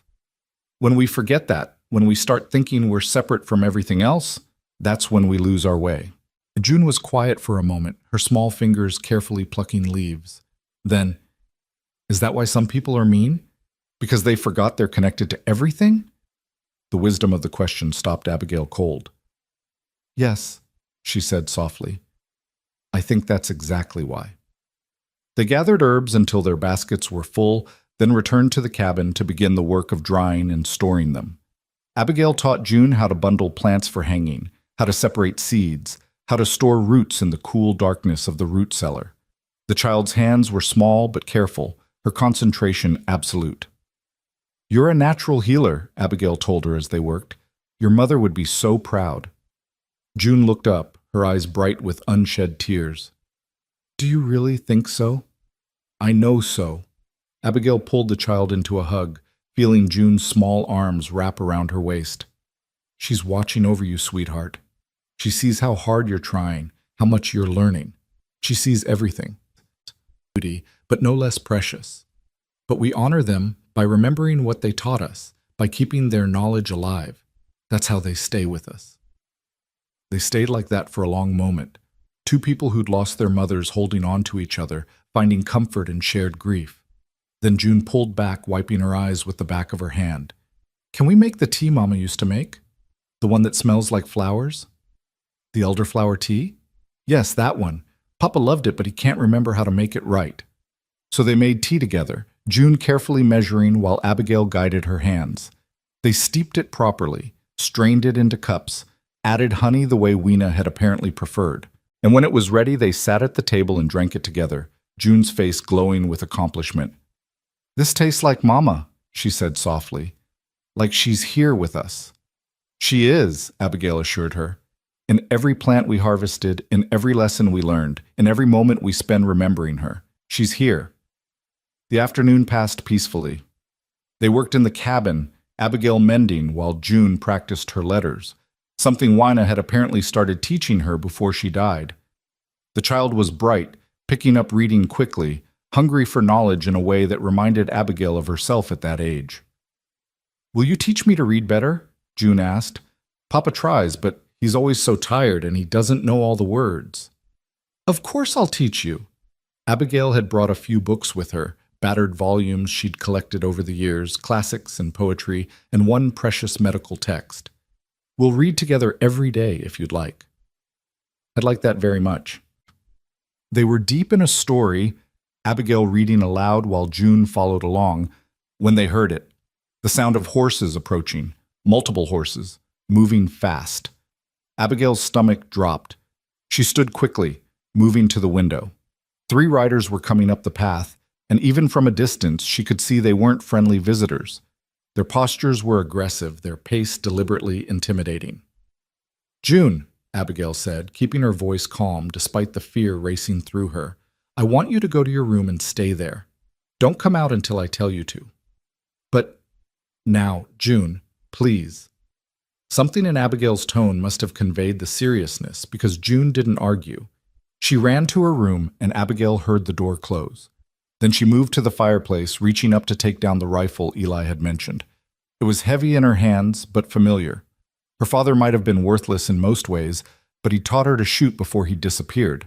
The riders pulled up in front of the cabin, their horses snorting and stamping. Abigail stepped out onto the porch, rifle held loosely but ready. The 3 men were rough-looking, probably ranch hands from one of the bigger spreads. Their faces showed a mixture of curiosity and contempt. "Well, well," the leader said, a tall man with a scarred face and mean eyes. "Eli's got himself a new squaw already. That was fast." Abigail forced herself to remain calm, to not react to the slur. "Mr. Harper isn't here. You'll need to come back another time." "We're not here to see Eli," Scarface said, dismounting. The other 2 followed suit. "We're here to deliver a message. This land, this ranch, it's not wanted here. The folks in Timber Ridge have been patient, but patience has limits." "This is Mr. Harper's land," Abigail said steadily. "He has a deed. He's broken no laws." "Maybe not white man's laws," another rider said, this one younger with cold eyes. "But there are other kinds of laws, like the law that says a man shouldn't pollute good Montana land by bringing savages onto it." "Get off this property," Abigail said, her voice hardening. "Now!" Scarface laughed. "Or what? You gonna shoot us? 3 against 1 and you're just a woman?" He took a step closer. "Here's how this is going to go. You're going to tell Eli Harper that he's got 2 choices. He can sell this land and move on, go somewhere that tolerates his kind. Or he can stay, and things are going to get a lot more unpleasant." "He's not selling." Abigail raised the rifle, pointing it directly at Scarface's chest. "And if you take one more step toward this house, I will shoot you. That's not a threat. That's a promise." The men exchanged glances, recalculating. Clearly, they hadn't expected resistance. Most women would have been terrified, would have cowered, but Abigail had spent too many years being threatened, being pushed, being told she had no right to space or safety or dignity. She was done cowering. "You're making a mistake," Scarface said, but he didn't move forward. "Eli Harper is finished in this territory. Everyone knows it. He's drowning in debt, barely keeping this place running. All we're offering is a way out before things get worse." "I said get off this property." Abigail's finger moved to the trigger. "I won't ask again." For a long moment, nobody moved. The standoff hung in the air, tense and dangerous. Then, from somewhere in the distance, they heard it, the sound of a wagon approaching, moving fast. Eli. The riders heard it too. Scarface spat into the dirt. "We'll be back," he said, "and next time Eli Harper better be ready to listen to reason." He remounted, the others following suit. "You tell him that. You tell him his time is running out." They rode off just as Eli's wagon came into view, the 2 groups passing each other on the path. Abigail saw Eli's face go dark with recognition and fury. He urged the horses faster, pulling up in front of the cabin in a spray of gravel. "What did they want?" he demanded, jumping down from the wagon. "Did they hurt you? Where's June?" "June's safe. In her room." They didn't hurt me. Abigail lowered the rifle, her hands trembling now that the danger had passed. They came to deliver a message. They want you to sell the ranch and leave. Eli's jaw clenched so hard Abigail could see the muscles jumping. Those sons of... He caught himself, glancing at the cabin where June might be listening. Did they threaten you? They tried. I convinced them otherwise. She managed a shaky smile. Turns out pointing a rifle at someone is very persuasive. Christ, Abigail. Eli ran a hand through his hair. You could have been killed. If they'd called your bluff, it wasn't a bluff. She met his eyes. I would have shot them if they'd tried to enter this house. I've had enough of men thinking they can push women around just because they're bigger and meaner. Something shifted in Eli's expression. Surprise, respect, and something else Abigail couldn't quite name. You're full of surprises, aren't you? I've had to be. She handed him the rifle. They said you're drowning in debt, that you're barely keeping this place running. Is that true? Eli's face closed off. That's my problem, not yours. I'm living here, working here. That makes it my problem too. Abigail crossed her arms. Are we in danger, Eli? Real danger? He was silent for a long moment, clearly debating how much to tell her. Finally, he sighed. Yes, real danger. Those men work for Marcus Thornton, owns the biggest spread in the territory. He's been trying to buy this land for years. Made Wina and me a generous offer when we first built the cabin. His voice went hard. We refused. This land is ours, bought legal and fair. We weren't going to let him bully us off it. And now? Now he's waiting for me to fail, waiting for the debt to crush me so he can buy the land for pennies when the bank forecloses. Eli looked at the cabin, at the land he and Wina had carved out of wilderness. I owe 3 months' mortgage. Got until the end of December to pay it, or the bank takes everything. Abigail did quick calculations in her head. How much? $240. He said it flatly. Might as well be $2,000 for all the chance I have of getting it. It was a staggering sum. The cattle you sold today, $35. Enough to buy supplies to get us through winter, but nowhere near enough to save the ranch. Eli's shoulders sagged. I knew it was coming. I've known for months, but I kept hoping something would change, that I'd find a way. For June's sake. This is her home. The only place she has memories of her mother. Then we'll find a way, Abigail said firmly. We? Eli looked at her. Abigail, this isn't your fight. You've already done more than anyone had a right to ask. If things get worse, if Thornton's men come back, you should leave. Go somewhere safe. Where would that be? She laughed bitterly. I've spent my whole life running from places that weren't safe. I'm tired of running, Eli. I'm tired of letting bullies and bigots decide where I get to exist. She straightened her shoulders. You gave me a place when I had nowhere to go. You trusted me with your daughter. The least I can do is stand with you when trouble comes. Trouble is definitely coming. Then let it come. Abigail's eyes flashed. I'm done being afraid. Eli stared at her, something like awe in his expression. You mean that? Every word. The cabin door burst open and June flew out, launching herself at her father. Papa, you're home. Did you bring supplies? Did you get sugar? Miss Abby said we could make cookies if we had sugar. Eli caught his daughter, holding her tight. Over her head, his eyes met Abigail's. I got sugar, he said softly, and flour and beans and everything else we need. Then I guess we're making cookies, Abigail said, managing a smile despite the fear still thrumming through her veins. They unloaded the wagon together, Eli carrying the heavy sacks while Abigail and June handled the smaller packages. It felt domestic, normal, like they were a family preparing for winter rather than people under siege. But Abigail could see the tension in Eli's shoulders, could see the way his eyes kept scanning the tree line, watching for threats. That night, after June was asleep and the cookies were cooling on the table, Eli and Abigail sat by the fire. The silence between them was heavy with unspoken things. Tell me about today, Abigail said finally. In town, what happened? Eli's hands tightened around his coffee mug. The usual, people crossing the street to avoid me, merchants who suddenly can't find the supplies I need. The banker making it clear he won't extend my mortgage again. He paused. And Marcus Thornton himself making another offer on the land, lower than the last one, because he knows I'm desperate. What did you tell him? What I always tell him. No. Eli looked at her. This land is all June has left of her mother. Weena and I built this place with our own hands, made it into something beautiful and real. I won't sell it. Not to Thornton, not to anyone. Even if it means losing everything? Even then. His voice was fierce, uncompromising. Some things matter more than survival. Abigail understood. She'd made similar choices herself, holding on to her dignity when it would have been easier to surrender it, refusing to compromise who she was, even when the cost was high. Then we fight, she said simply. We find a way to get that money, and we fight. Abigail, no. She cut him off. I'm not leaving. I'm not running. June needs this home. You need this home. And maybe, her voice cracked slightly, maybe I need it too. The admission hung in the air between them. Eli looked at her, really looked at her, and Abigail saw him seeing her, not as a temporary worker, not as a stranger doing him a favor, but as someone who belonged here, someone who had a stake in this fight. All right, he said finally. We fight. Together. Together, Abigail agreed.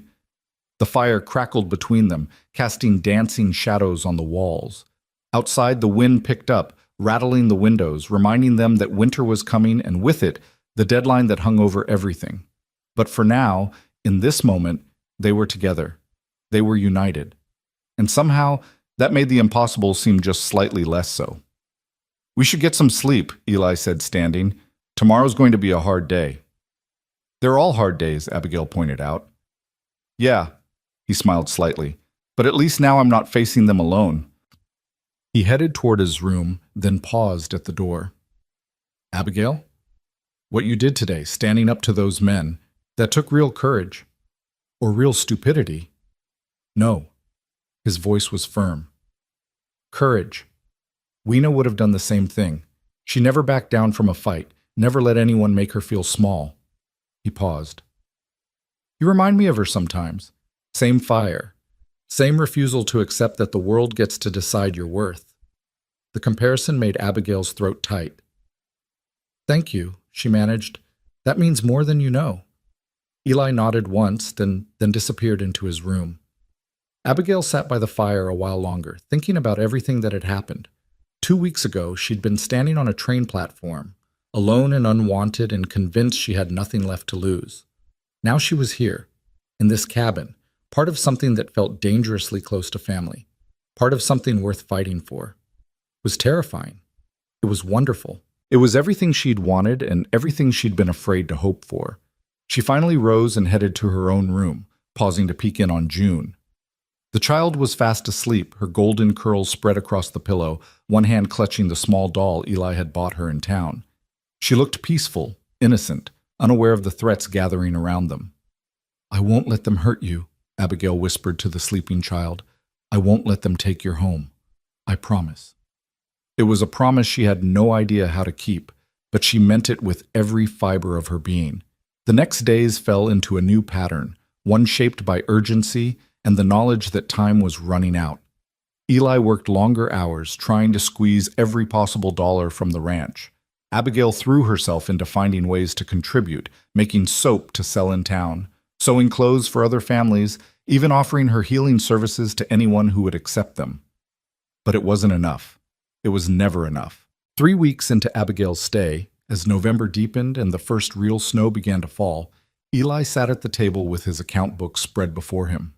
Abigail could see the numbers even from across the room, could see how they didn't add up no matter how he tried to make them. We're not going to make it, he said finally, his voice hollow. Even if I sold every head of cattle, every horse, everything we own, it wouldn't be enough. Abigail's mind raced, searching for solutions. What about borrowing from someone, a friend maybe, or I don't have friends with that kind of money, and the ones who do, he shook his head. They're not willing to loan it to someone like me. Someone like you, Abigail repeated bitterly. You mean someone who married a Comanche woman and refuses to apologize for it? Yeah, that's exactly what I mean. June was outside, playing in the first snow, her laughter drifting through the window. Abigail watched her, this child who'd claimed her heart without asking permission, and felt desperation claw at her chest. "There has to be a way," she said. "There has to be something we haven't thought of. If there is, I can't see it." Eli closed the account book with a soft thud.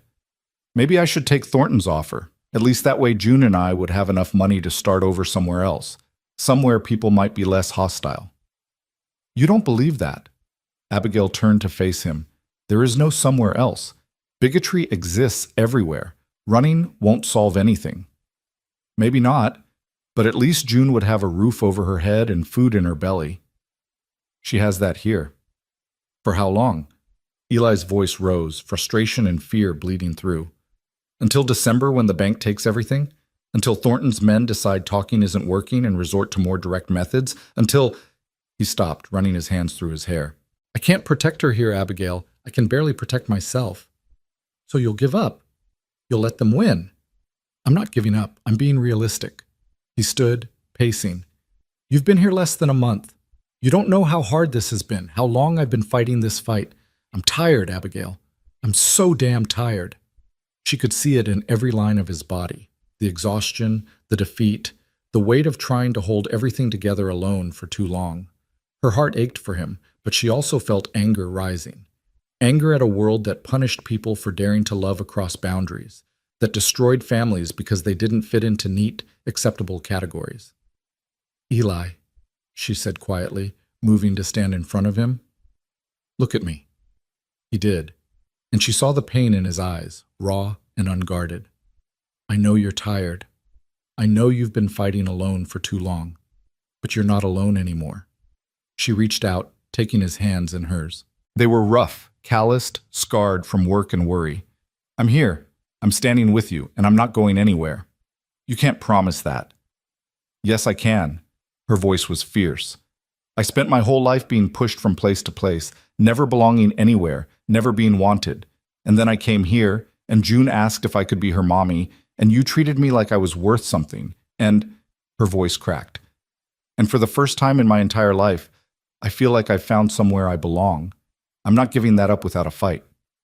Eli stared at her, something shifting in his expression. "Abigail." "No, let me finish." She squeezed his hands. "I know we started as strangers. I know this was supposed to be temporary, just a place to stay while I figured out my next move. But it's become more than that. June has become more than that. You've become—" She stopped, uncertain how to finish that sentence. "More," Eli finished softly. "You've become more to us too." The admission hung between them, weighted with meaning neither of them was quite ready to fully examine, but it was there, real and undeniable. A sound made them both turn. June stood in the doorway, snow dusting her hair and coat, her eyes wide and frightened. "Are you leaving, Miss Abby?" Her voice was small, scared. "Papa said the bank is taking our house. Does that mean you have to go away?" Abigail's heart shattered. She released Eli's hands and knelt down, opening her arms. June ran to her, and Abigail held the child close, feeling her small body trembling. "I'm not leaving," she said firmly. "Do you hear me, June? I'm not leaving you." "But Papa said—" "Your papa is worried and scared and trying to protect you." Abigail pulled back slightly, looking into June's tear-bright eyes. "But we're going to figure this out, all of us together. We're family now, and families don't give up on each other."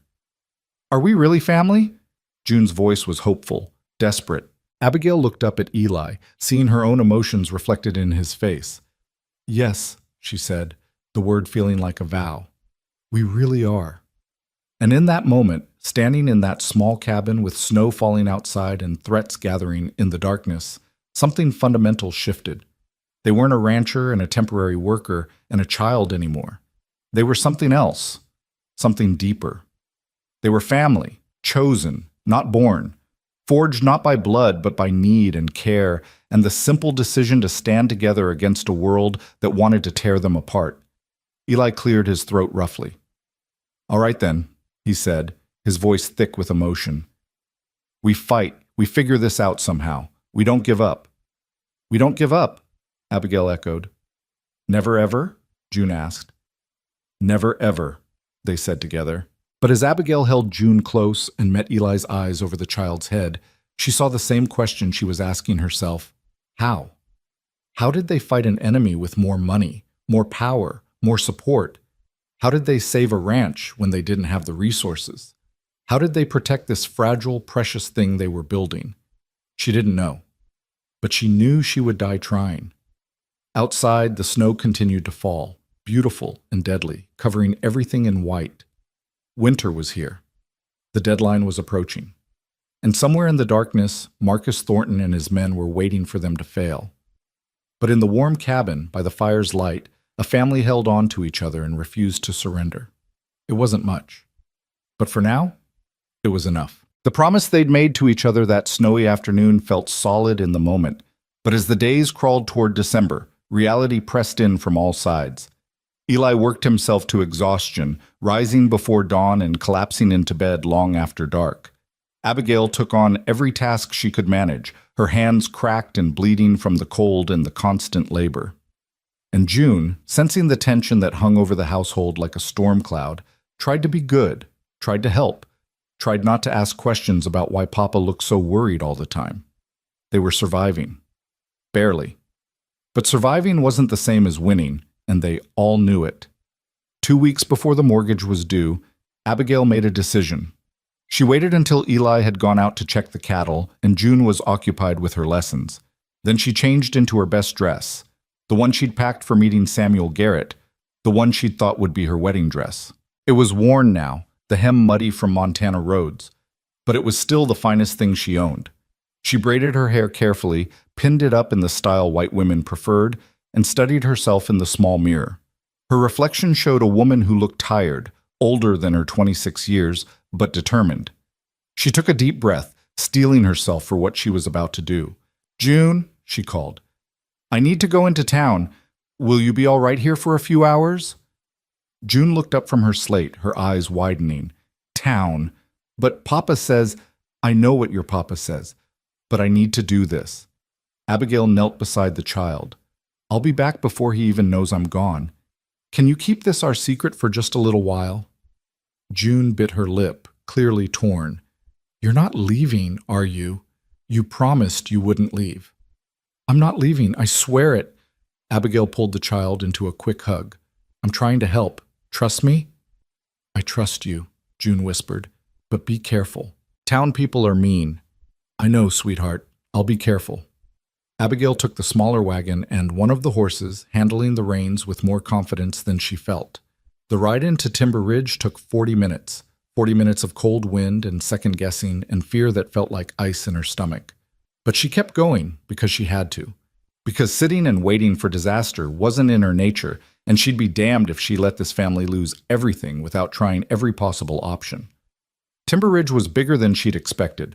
A proper town with a main street, several shops, a hotel, 2 saloons, and a church whose white steeple pointed accusingly at the sky.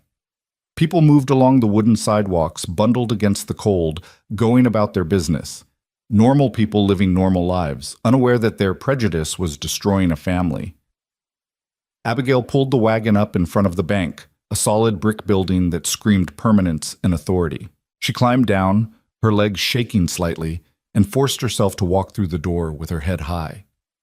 The interior was all dark wood and brass fixtures designed to intimidate. A young clerk looked up from behind a counter, his expression shifting from professional courtesy to something colder when he got a good look at her. "Can I help you?" The question was polite, but barely.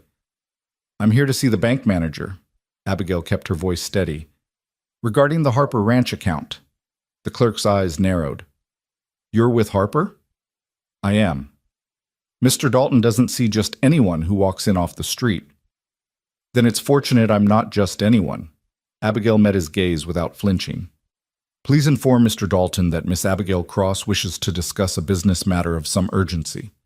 The clerk looked like he wanted to refuse, but something in Abigail's bearing made him hesitate. Finally, he disappeared through a door marked private. Abigail waited, her heart hammering, her hands clenched in her skirts to hide their trembling. The clerk returned a moment later, looking surprised. "Mr. Dalton will see you. 5 minutes." Abigail followed him through the door into an office that reeked of cigar smoke and self-importance. Behind a massive desk sat a man in his 50s, well-fed and well-dressed, with the kind of face that had probably been handsome once but had gone soft with comfortable living. "Miss Cross." Mr. Dalton didn't stand, didn't offer his hand. "You have 5 minutes. What business could you possibly have with this bank?" Abigail remained standing, refusing to be diminished. "I'm here about the Harper mortgage. I understand it's due in 2 weeks." "That's between this bank and Mr. Harper." Dalton leaned back in his chair. "I don't discuss clients' accounts with random women who claim association. I'm not random. I work at the ranch. I manage the household." She kept her voice level, professional. "And I'm here to discuss payment arrangements." Dalton's eyebrows rose. "Payment arrangements? Is Harper sending women to do his negotiating now? That's a new low, even for him." Abigail ignored the insult. "Mr. Harper doesn't know I'm here. I came on my own initiative because I believe there may be options that haven't been explored." "There are no options." Dalton's voice was flat. "The mortgage is $240. It's due December 15th. If it's not paid in full, the bank will foreclose. Very simple." "What if we could pay half now, and the rest over time? With interest, of course." "This bank doesn't make deals with people who can't honor their commitments." "Mr. Harper has honored every commitment until his wife died and the town made it impossible for him to hire help." Abigail's voice sharpened despite her efforts to stay calm. "His financial trouble isn't due to poor management. It's due to systematic persecution by people who didn't approve of his marriage." Dalton's face darkened. "Watch your tone, Miss Cross. You're in no position to make accusations." "I'm not making accusations. I'm stating facts." She took a breath, trying to regain her composure. "Mr. Dalton, I'm asking you, as one human being to another, to show some compassion. There's a child involved, a little girl who's already lost her mother. Don't make her lose her home, too. If the child's father can't provide for her, perhaps she'd be better off in other circumstances." Dalton shuffled some papers on his desk, dismissive. "I hear the orphanage in Helena is adequate." Rage flooded through Abigail, white-hot and barely controlled. "You would take a child from her father, a loving father who's doing everything in his power to keep his family together?" "I would enforce a legal contract that Harper signed of his own free will." Dalton looked at her coldly. "Now, unless you have $240 in your pocket, I suggest you leave. Your 5 minutes are up." Abigail knew she should leave, knew she was accomplishing nothing except making things worse. But the injustice of it, the casual cruelty, the way this comfortable man could destroy a family without a second thought, it was too much. "You know what I think, Mr. Dalton?" Her voice was quiet but sharp as a blade. "I think this has nothing to do with money. Marcus Thornton wants that land, and you're helping him get it. You're using the mortgage as a weapon to drive the Harpers out so your friend can buy their property for nothing." Dalton's face went red. "That's a serious accusation." "Then deny it." "I don't have to deny anything to you." He stood, his bulk imposing behind the desk. "Get out of my bank. And tell Harper that if he sends a half-breed woman to plead his case again, I'll add another month's interest to what he owes." The slur hit like a physical blow, but Abigail didn't flinch. She'd heard worse. She'd survived worse. "I'll leave," she said with dignity. "But know this, you haven't won. We're not giving up that ranch. We'll find a way." "You do that." Dalton's smile was cruel. "I'll enjoy watching you try." Abigail turned and walked out, her spine straight, her head high. She didn't let herself break until she was back in the wagon, reins in her shaking hands. Then she allowed herself one moment of despair, one moment where she pressed her face into her hands and let the tears come. She'd failed. Worse than failed. She'd probably made things harder for Eli, and she'd subjected herself to that man's contempt for nothing. "You all right, miss?" Abigail looked up to find a woman standing beside the wagon, older, maybe 60, with kind eyes and work-worn hands. She wore a simple dress and shawl, and something about her presence felt safe. "I'm fine," Abigail managed, wiping her eyes. "Thank you."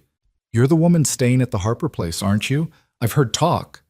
The woman's voice was gentle, non-judgmental. "I'm Martha Brennan. My husband and I have a small farm east of here." Abigail Cross. She hesitated, then asked, What kind of talk have you heard? Martha smiled sadly. The usual small-town gossip, most of it ugly, most of it wrong. But I knew Weena Harper. She delivered my granddaughter when the doctor refused to come because we couldn't pay his fee up front. Her eyes grew distant with memory. Beautiful woman, brave woman, died too young.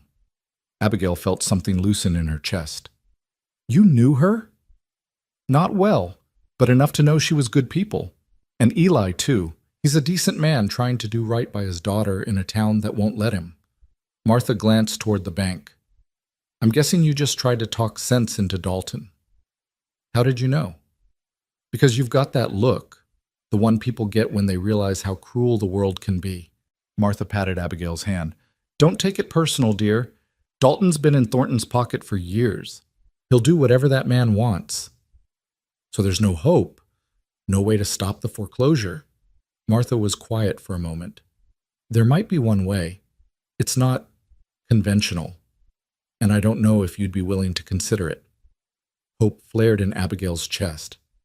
Tell me. There's a woman in Helena, Mrs. Catherine Ashworth. She runs a charity organization that helps families in crisis. Started it after her own husband died and left her with nothing. Martha lowered her voice. She's known for helping people the banks won't help. People who don't fit into neat categories. If you could get to her, explain the situation. Would she help someone like Eli? Someone married to a Comanche woman? Catherine's daughter married a Chinese railroad worker. She knows what it's like when the world decides your family isn't acceptable. Martha squeezed Abigail's hand. I can't promise anything, but it's worth trying. Abigail's mind raced. Helena was 2 days' travel by stage. 2 days there, time to make her case, 2 days back. She'd be gone almost a week, maybe more. Could she leave Eli and June that long? Could she afford not to try? Thank you, she said to Martha, meaning it with her whole heart. Thank you for telling me. Thank Weena. She helped my family when we needed it. This is just me paying that kindness forward. Martha stepped back. You better get going before you draw more attention. And Miss Cross, be careful. Thornton doesn't like people interfering with his plans. Abigail nodded and urged the horse forward, her mind churning with possibilities. She'd have to tell Eli, of course. Couldn't just disappear for a week. But would he let her go? Would he see it as foolish hope or worth trying? She was so deep in thought that she didn't notice the 3 riders until they blocked her path. Her heart sank when she recognized them. The same men who'd come to the ranch, led by the scarred man whose name she still didn't know. Well, well, Scarface grinned, showing yellowed teeth. Harper's squaw, out all alone. That's not very smart. Abigail kept her voice steady. Get out of my way. Or what? You going to shoot us here in town? He laughed. Where's your rifle now, sweetheart? The other 2 men circled around, effectively trapping the wagon. Abigail's pulse raced, but she forced herself to stay calm. They were on the main street. People were watching. They wouldn't dare.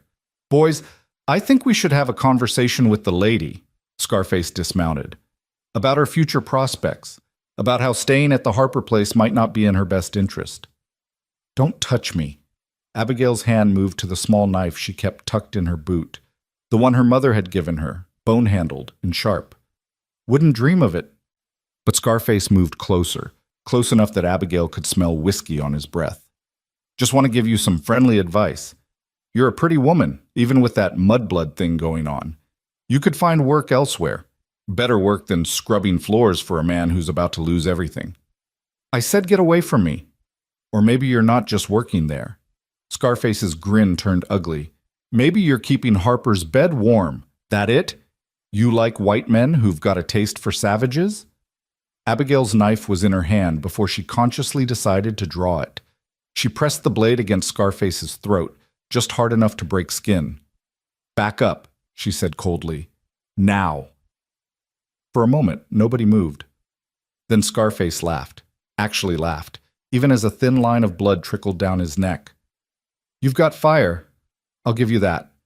He stepped back slowly, hands raised. But fire burns out eventually, remember that. The 3 men moved aside, letting the wagon pass. Abigail didn't look back, didn't let them see her fear. She kept the horse at a steady pace through town and only urged it faster once she'd cleared the last building. By the time she reached the ranch, she was shaking so hard she could barely climb down from the wagon.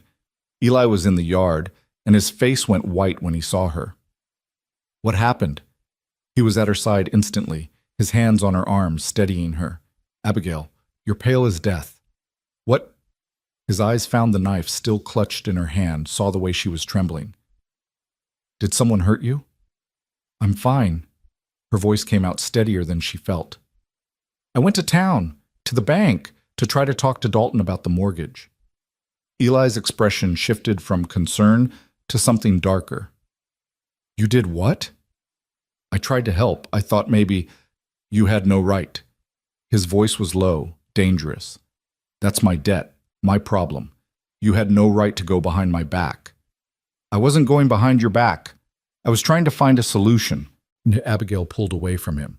Someone had to do something besides sit here watching the days count down. So you went to town, alone, exposed yourself to... He gestured at her, at the knife, at her obvious distress. What happened? Tell me everything. So she did.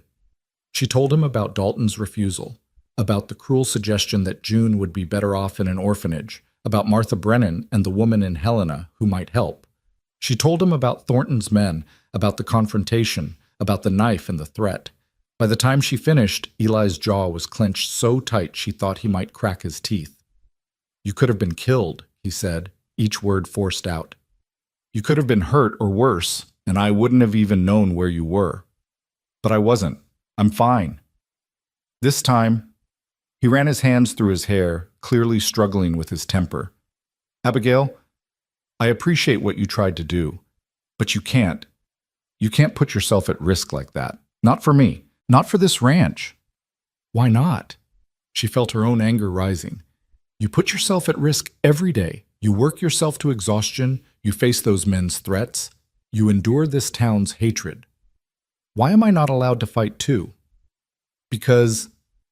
He stopped, seemed to struggle with the words. Because I couldn't bear it if something happened to you. All right? Is that what you want to hear? I already lost Weena. I can't lose you too. The confession hung in the air between them, raw and honest. Abigail stared at him, seeing in his eyes everything he wasn't saying, the fear, the growing feelings he'd been trying to ignore, the way she'd become essential to his life in just a few short weeks. Eli, she said softly, I'm not Weena. I'm not going to break that easily. Everyone breaks eventually. His voice was rough. This territory, this life, grinds people down until there's nothing left. Then we'll break together. She reached for his hand. But not today, because Martha Brennan gave me hope. This woman in Helena, this Mrs. Ashworth, she might help us. It's a long shot, but it's something. Helena is 2 days away. I know. You'd have to take the stage.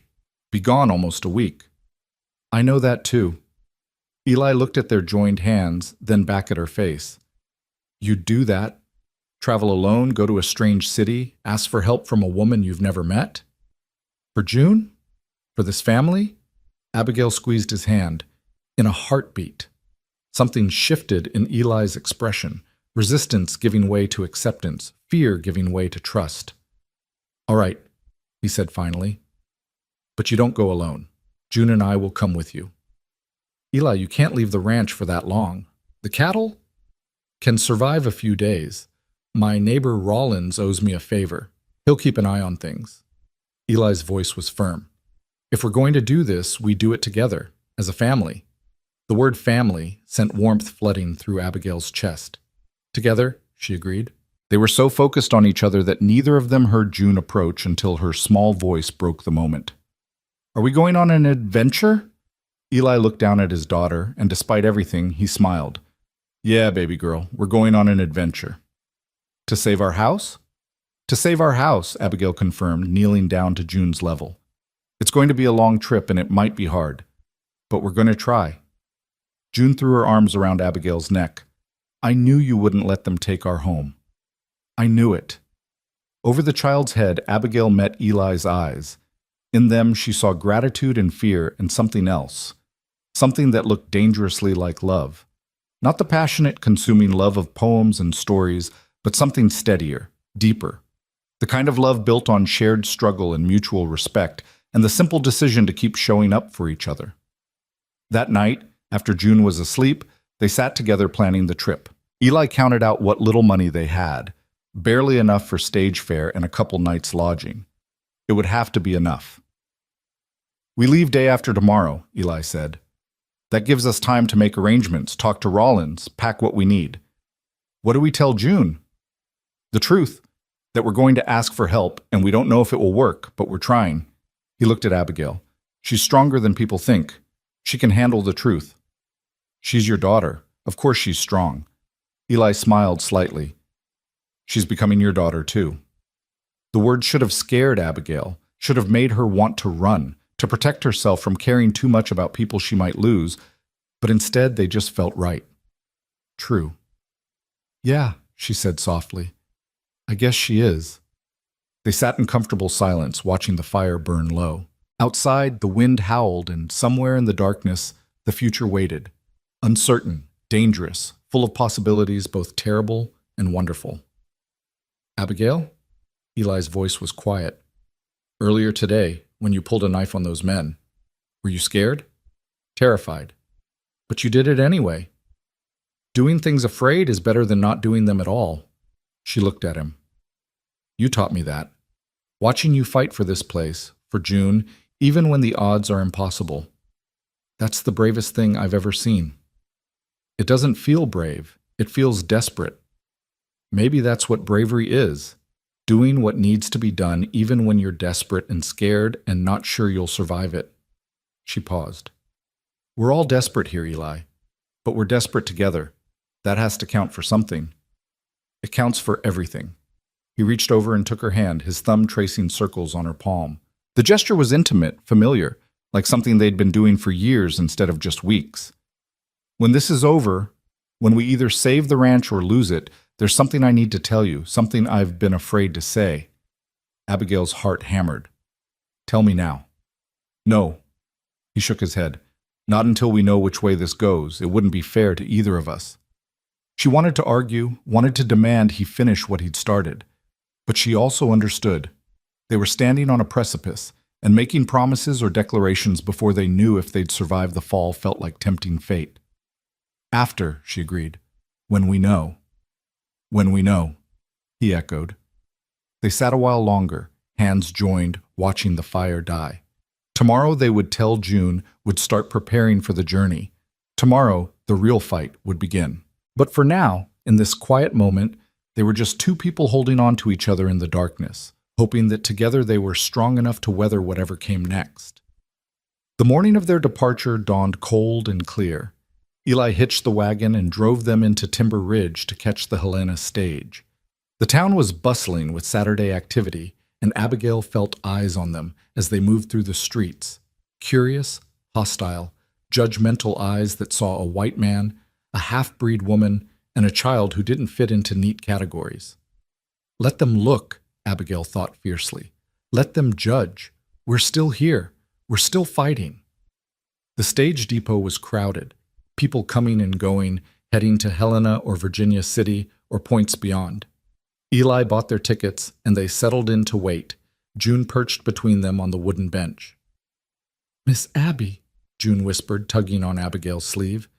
"That man is staring at us." Abigail followed the child's gaze and felt her stomach drop. Marcus Thornton stood across the depot, flanked by two well-dressed men who looked like lawyers or businessmen. He was everything she'd expected, tall, imposing, with silver hair and the kind of face that commanded respect. He was also staring directly at them with an expression of cold calculation. "Don't look at him," Eli murmured. Just ignore him." But ignoring Marcus Thornton proved impossible, because a moment later he crossed the depot and stood before them. Up close, he was even more imposing, his presence commanding attention despite his quiet voice. "Eli Harper." Thornton's tone was polite, almost friendly. "Heading out of town?" "Just a short trip." Eli's voice was carefully neutral. "Business in Helena." "Interesting timing, with your mortgage due in less than 2 weeks." Thornton's gaze moved to Abigail, assessing her with the cold efficiency of a man used to evaluating assets. "You must be the woman I've heard about." Miss Cross, is it? Abigail lifted her chin. I am. I understand you've been making inquiries, asking questions, seeking solutions. His smile didn't reach his eyes. Commendable initiative, though ultimately futile. We'll see about that, Abigail said quietly. Thornton chuckled. I admire your spirit, truly. But you should understand something, all of you. His voice dropped, became harder. That land has been earmarked for my expansion plans for years. I've been patient, more patient than most men would be, but my patience has limits. The land is mine, Eli said, his voice dangerous. Legally purchased, legally held. You have no claim to it. Yet. Thornton's smile widened. But in 11 days, when you can't pay your mortgage, that will change. And I'll be there with cash in hand to purchase it from the bank. Everything you built with your wife. The pause before wife was deliberate, insulting. It will be mine.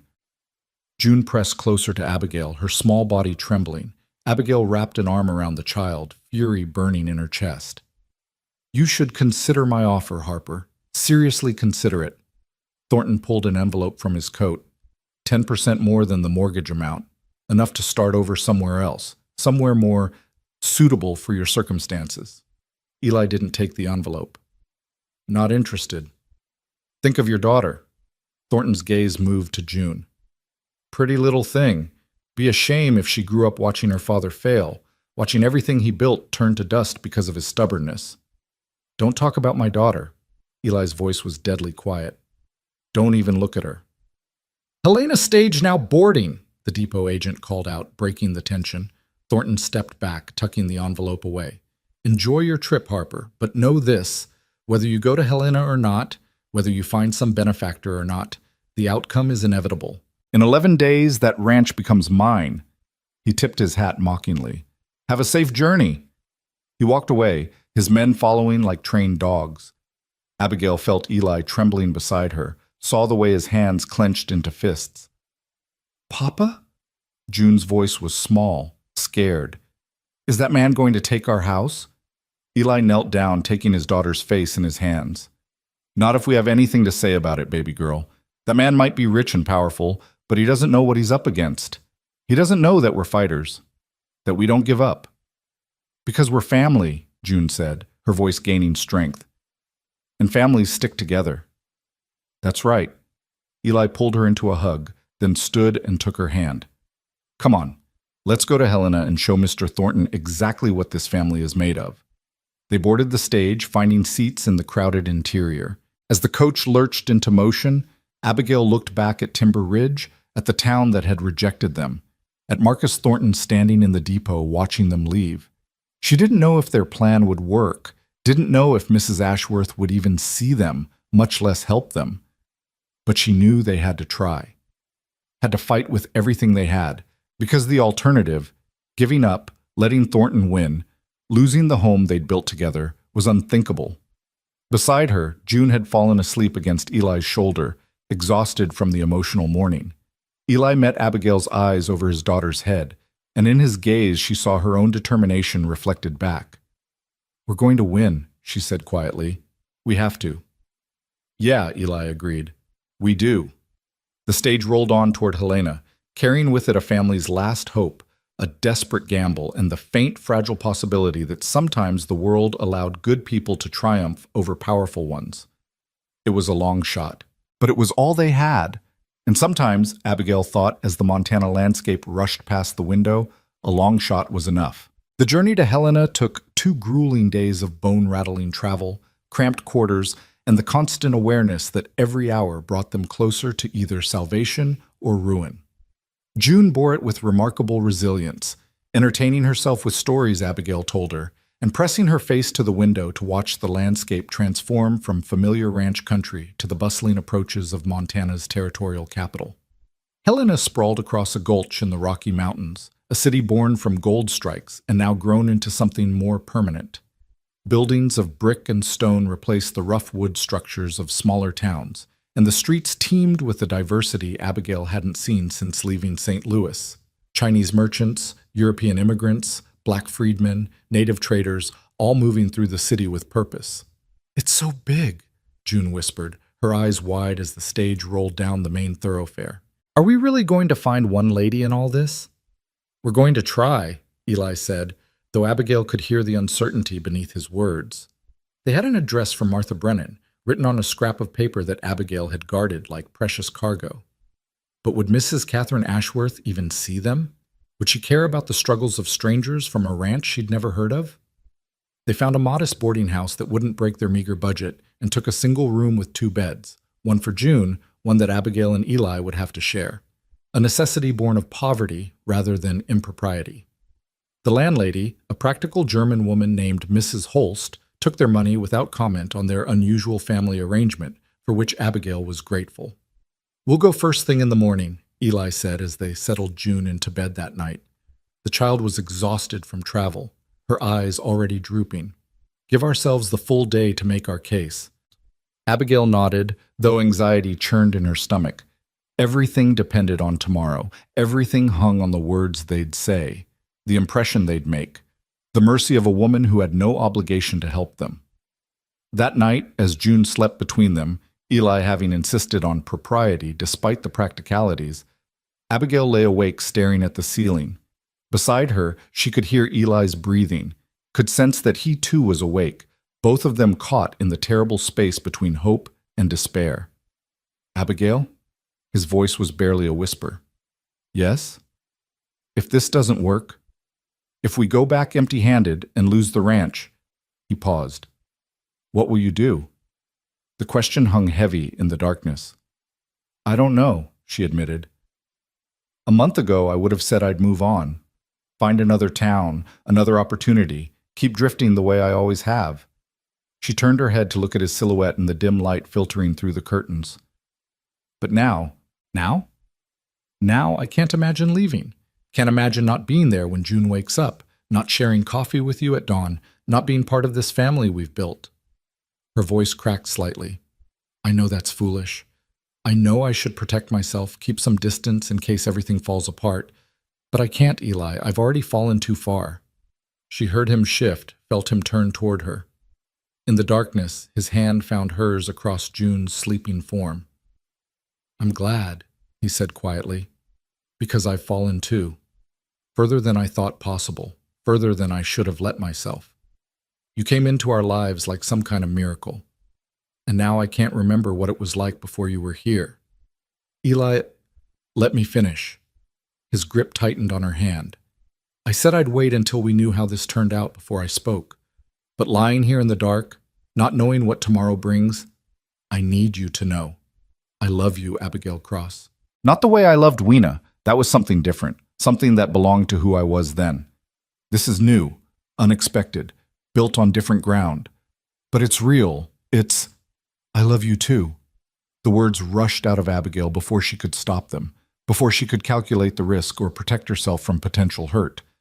I've loved you for weeks, maybe from that first night when you could have left me on that platform but didn't, when you looked at me and saw a person worth saving.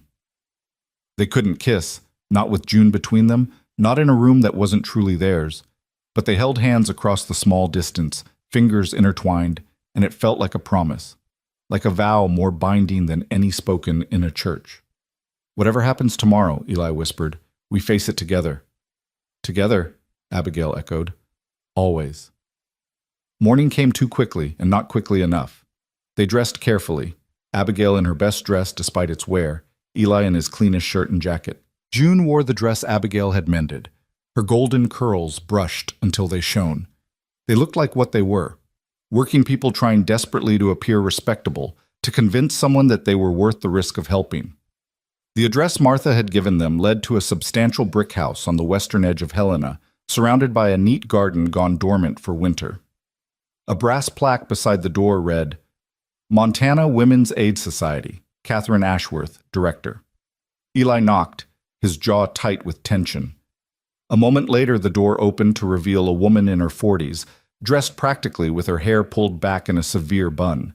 She looked them up and down with sharp, assessing eyes. We don't accept walk-ins, she said crisply. If you need assistance, you must write first, explain your circumstances, and wait for an appointment. Please, Abigail said before the woman could close the door. We've traveled 2 days from Timber Ridge. We have nowhere else to turn. 5 minutes of Mrs. Ashworth's time, that's all we're asking. The woman's expression softened slightly.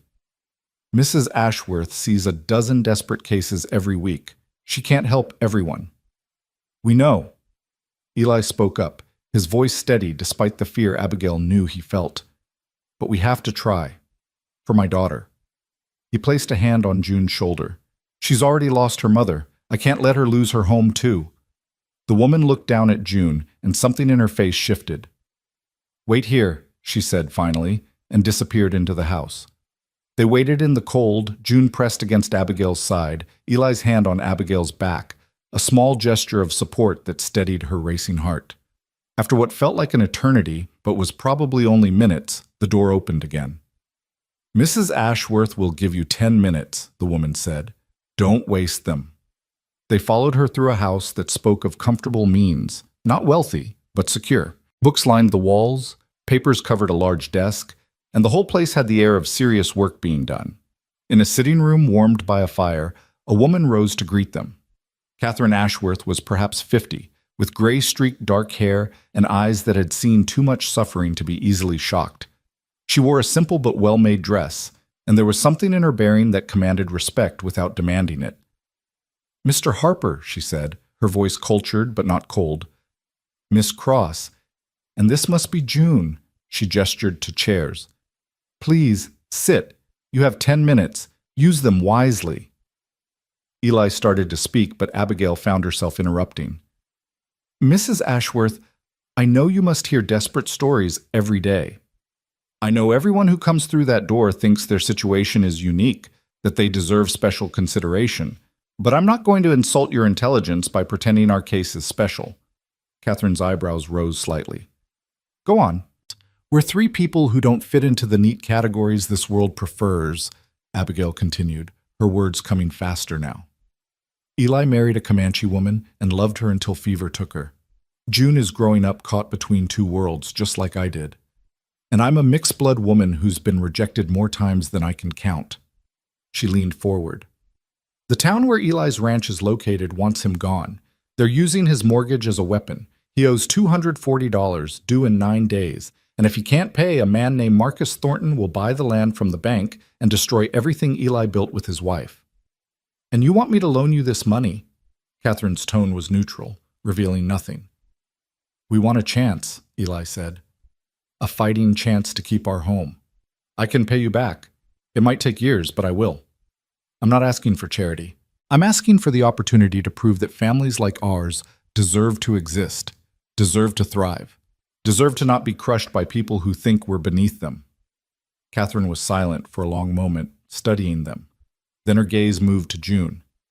Child, come here, please. June glanced at Abigail, who nodded encouragingly. The little girl approached Catherine, her hands clasped nervously in front of her. Tell me about your mother, Catherine said gently. June's eyes filled with tears, but her voice was steady. Mama was beautiful and brave, and she knew all about plants and healing. She used to sing to me in Comanche and tell me stories about how the world was made. She taught me that being different wasn't bad. It was special. A tear rolled down her cheek, and then she got sick and died, and everything got harder. But then Miss Abby came, and she knows the same things Mama knew, and she teaches me and loves me, and her voice broke. And I don't want to lose another Mama. Please don't let them take our home. Please. Catherine's expression cracked, just slightly, and Abigail saw her blink rapidly. The older woman reached out and gently wiped June's tear away. You may return to your father, child. June ran back to Eli, who pulled her onto his lap and held her close. Catherine stood and walked to the window, her back to them, silent for so long that Abigail felt hope beginning to die. Finally, Catherine spoke. My daughter married a Chinese man, a good man, intelligent and hardworking, who loved her desperately. They had 2 beautiful children. She turned to face them, her eyes bright with old pain. 5 years ago, a mob in Virginia City decided that Chinese families weren't welcome. They burned my daughter's home. Her husband tried to protect them. Her voice went flat. He died. My daughter survived, barely, but she lost everything, her home, her husband, nearly her own life. The men who did it were never punished. The room was absolutely silent except for the crackling of the fire. I started this organization because I couldn't save my daughter's family, Catherine continued. But perhaps I can save others. Perhaps I can create a world where families like yours, like mine, have a fighting chance. She returned to her desk, pulled out paper and pen. I will loan you the $240, interest-free for the first year, then 5% annually thereafter. You'll sign a contract agreeing to repay the loan over 10 years, with provisions for hardship should you need them. Abigail's breath caught. Beside her, Eli had gone absolutely still. However, Catherine continued, her voice firm, I want something in return beyond repayment. I want you to succeed, Mr. Harper. I want your ranch to thrive. I want your daughter to grow up proud of who she is. And when you do succeed, not if, when, I want you to help the next family that needs it. I want you to pay this kindness forward so that the world becomes a little less hostile to people who don't fit its narrow definitions. We will, Eli said, his voice thick with emotion. I swear to you, we will. Catherine smiled then, a real smile that transformed her serious face. I know you will. That's why I'm helping you. She began writing. Now we need to move quickly. You said the mortgage is due in 9 days? December 15th, Abigail confirmed. Then we have time, but not much. Catherine wrote rapidly. I'll draw up the contract today, have it witnessed and notarized. You'll need to stay in Helena at least 2 more days to handle the paperwork. Can you afford that? We'll manage, Eli said, though Abigail knew their funds were nearly exhausted. Catherine looked up, her eyes sharp. Don't be proud, Mr. Harper. Pride doesn't keep children fed.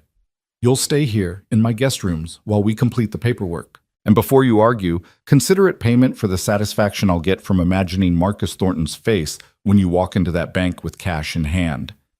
Despite everything, Abigail laughed, a sound that was half sob, half joy.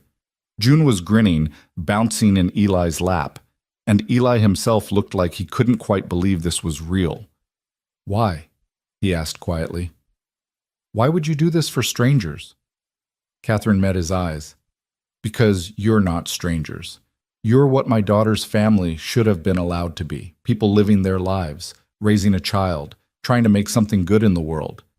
And because, her voice softened, because when I look at the 3 of you, I see love, real love, the kind that crosses boundaries and builds bridges.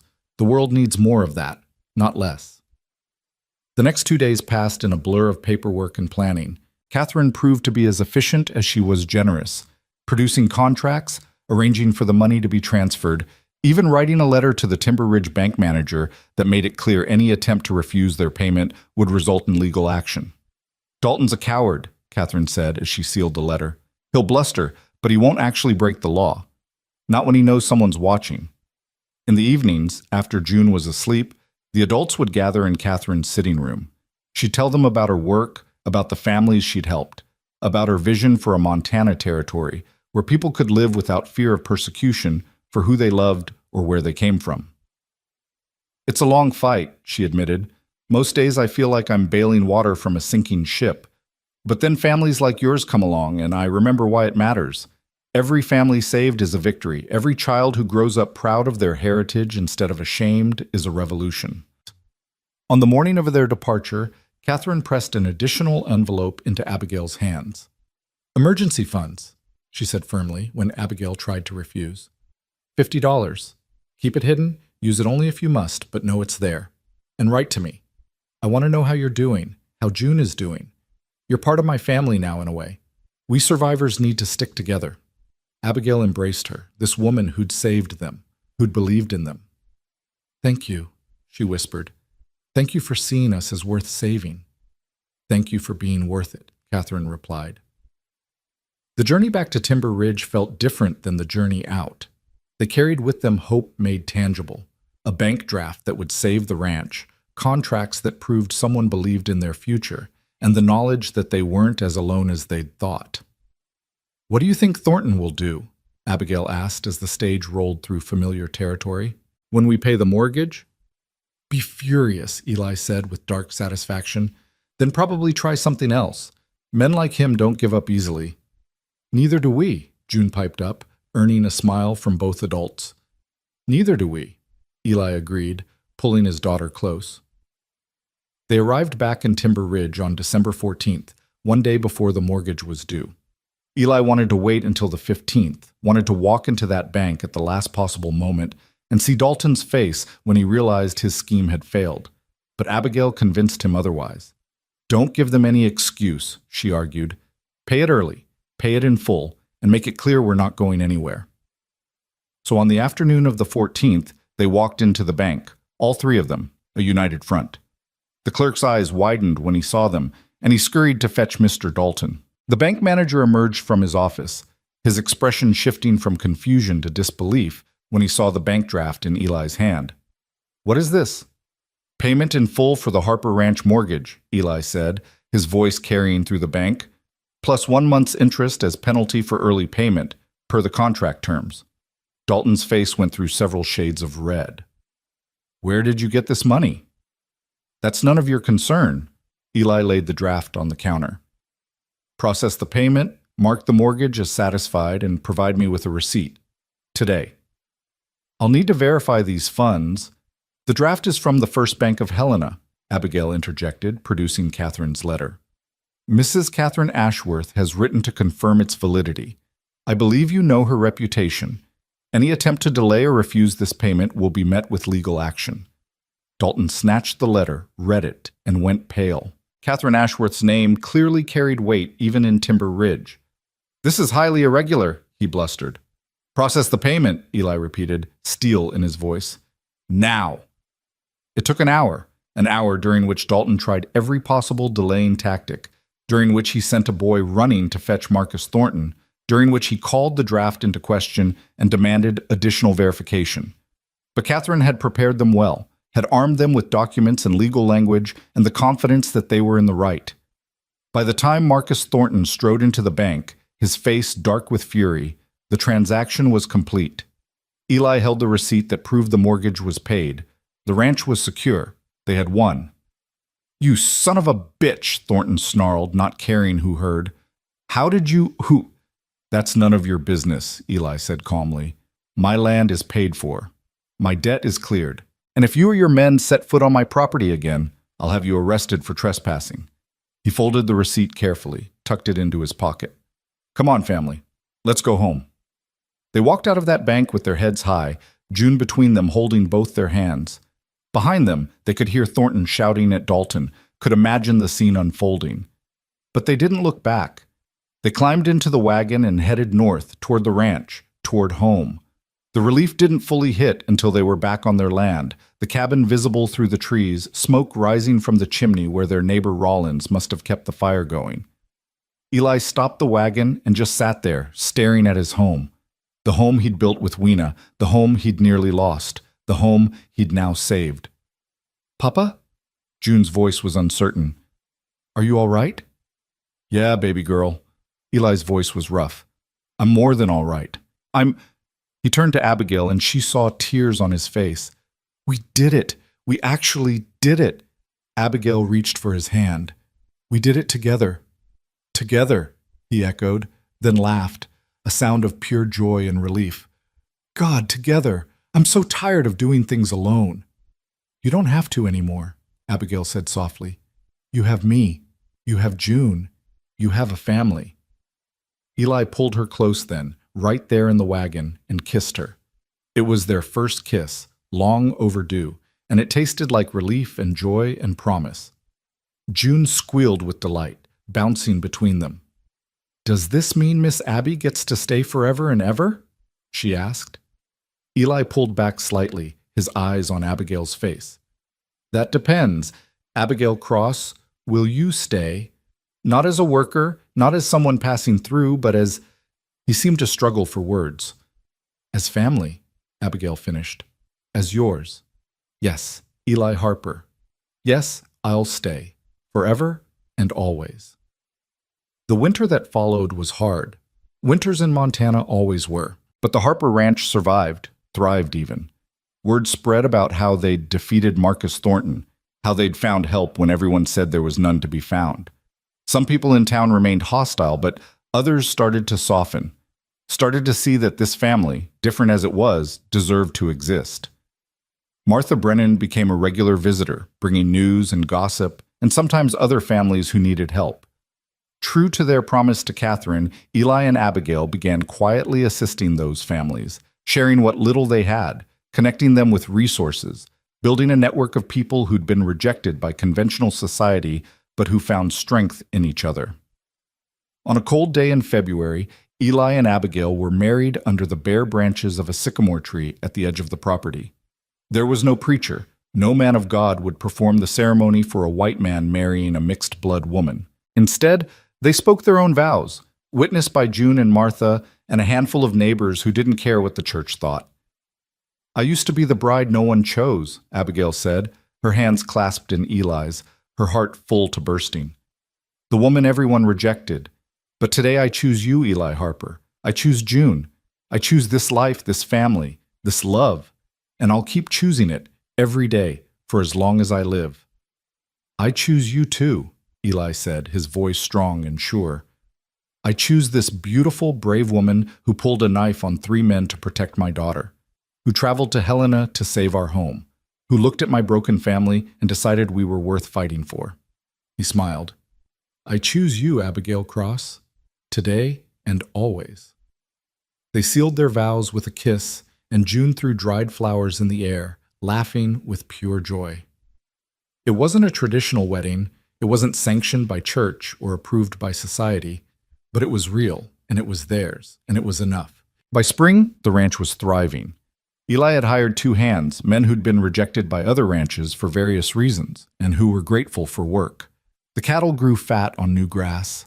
The garden exploded with growth under Abigail's careful tending, and June bloomed like a wildflower, growing taller and more confident every day. One warm evening in June, the month of her namesake, the little girl sat with Abigail in the garden, helping to harvest herbs. Her hands were more skilled now, her knowledge deeper. She could identify dozens of plants by sight, knew their uses, understood the sacred relationship between healer and medicine. "Miss Abby, Mama," June said, the words still new enough to make her smile. "Do you think my first mama knows about you? Do you think she's happy I have you now?" Abigail's throat tightened. "I think she knows," she said softly. "And I think she's very happy, because she loved you so much that she'd want you to have every bit of love possible." "I love having 2 mamas," June said matter-of-factly. "One who's in heaven and one who's here. Some kids don't even have one mama. I'm lucky." "We're all lucky," Abigail agreed, pulling the child into a hug. That night, after June was asleep, Abigail and Eli sat on the porch watching the stars emerge. She was pregnant, early still, barely showing, but the child within her was undeniable. Eli's hand rested on her still flat belly, protective and gentle. "A son," he said softly. "I can feel it. A son to carry on what we're building here." "Maybe," Abigail said, "or another daughter. Either way, they'll grow up knowing they're loved, knowing they belong, knowing their heritage, all of it, is something to be proud of."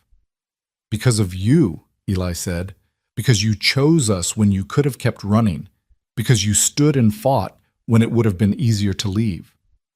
"I didn't choose you because it was easy," Abigail corrected. "I chose you because for the first time in my life, I felt chosen back."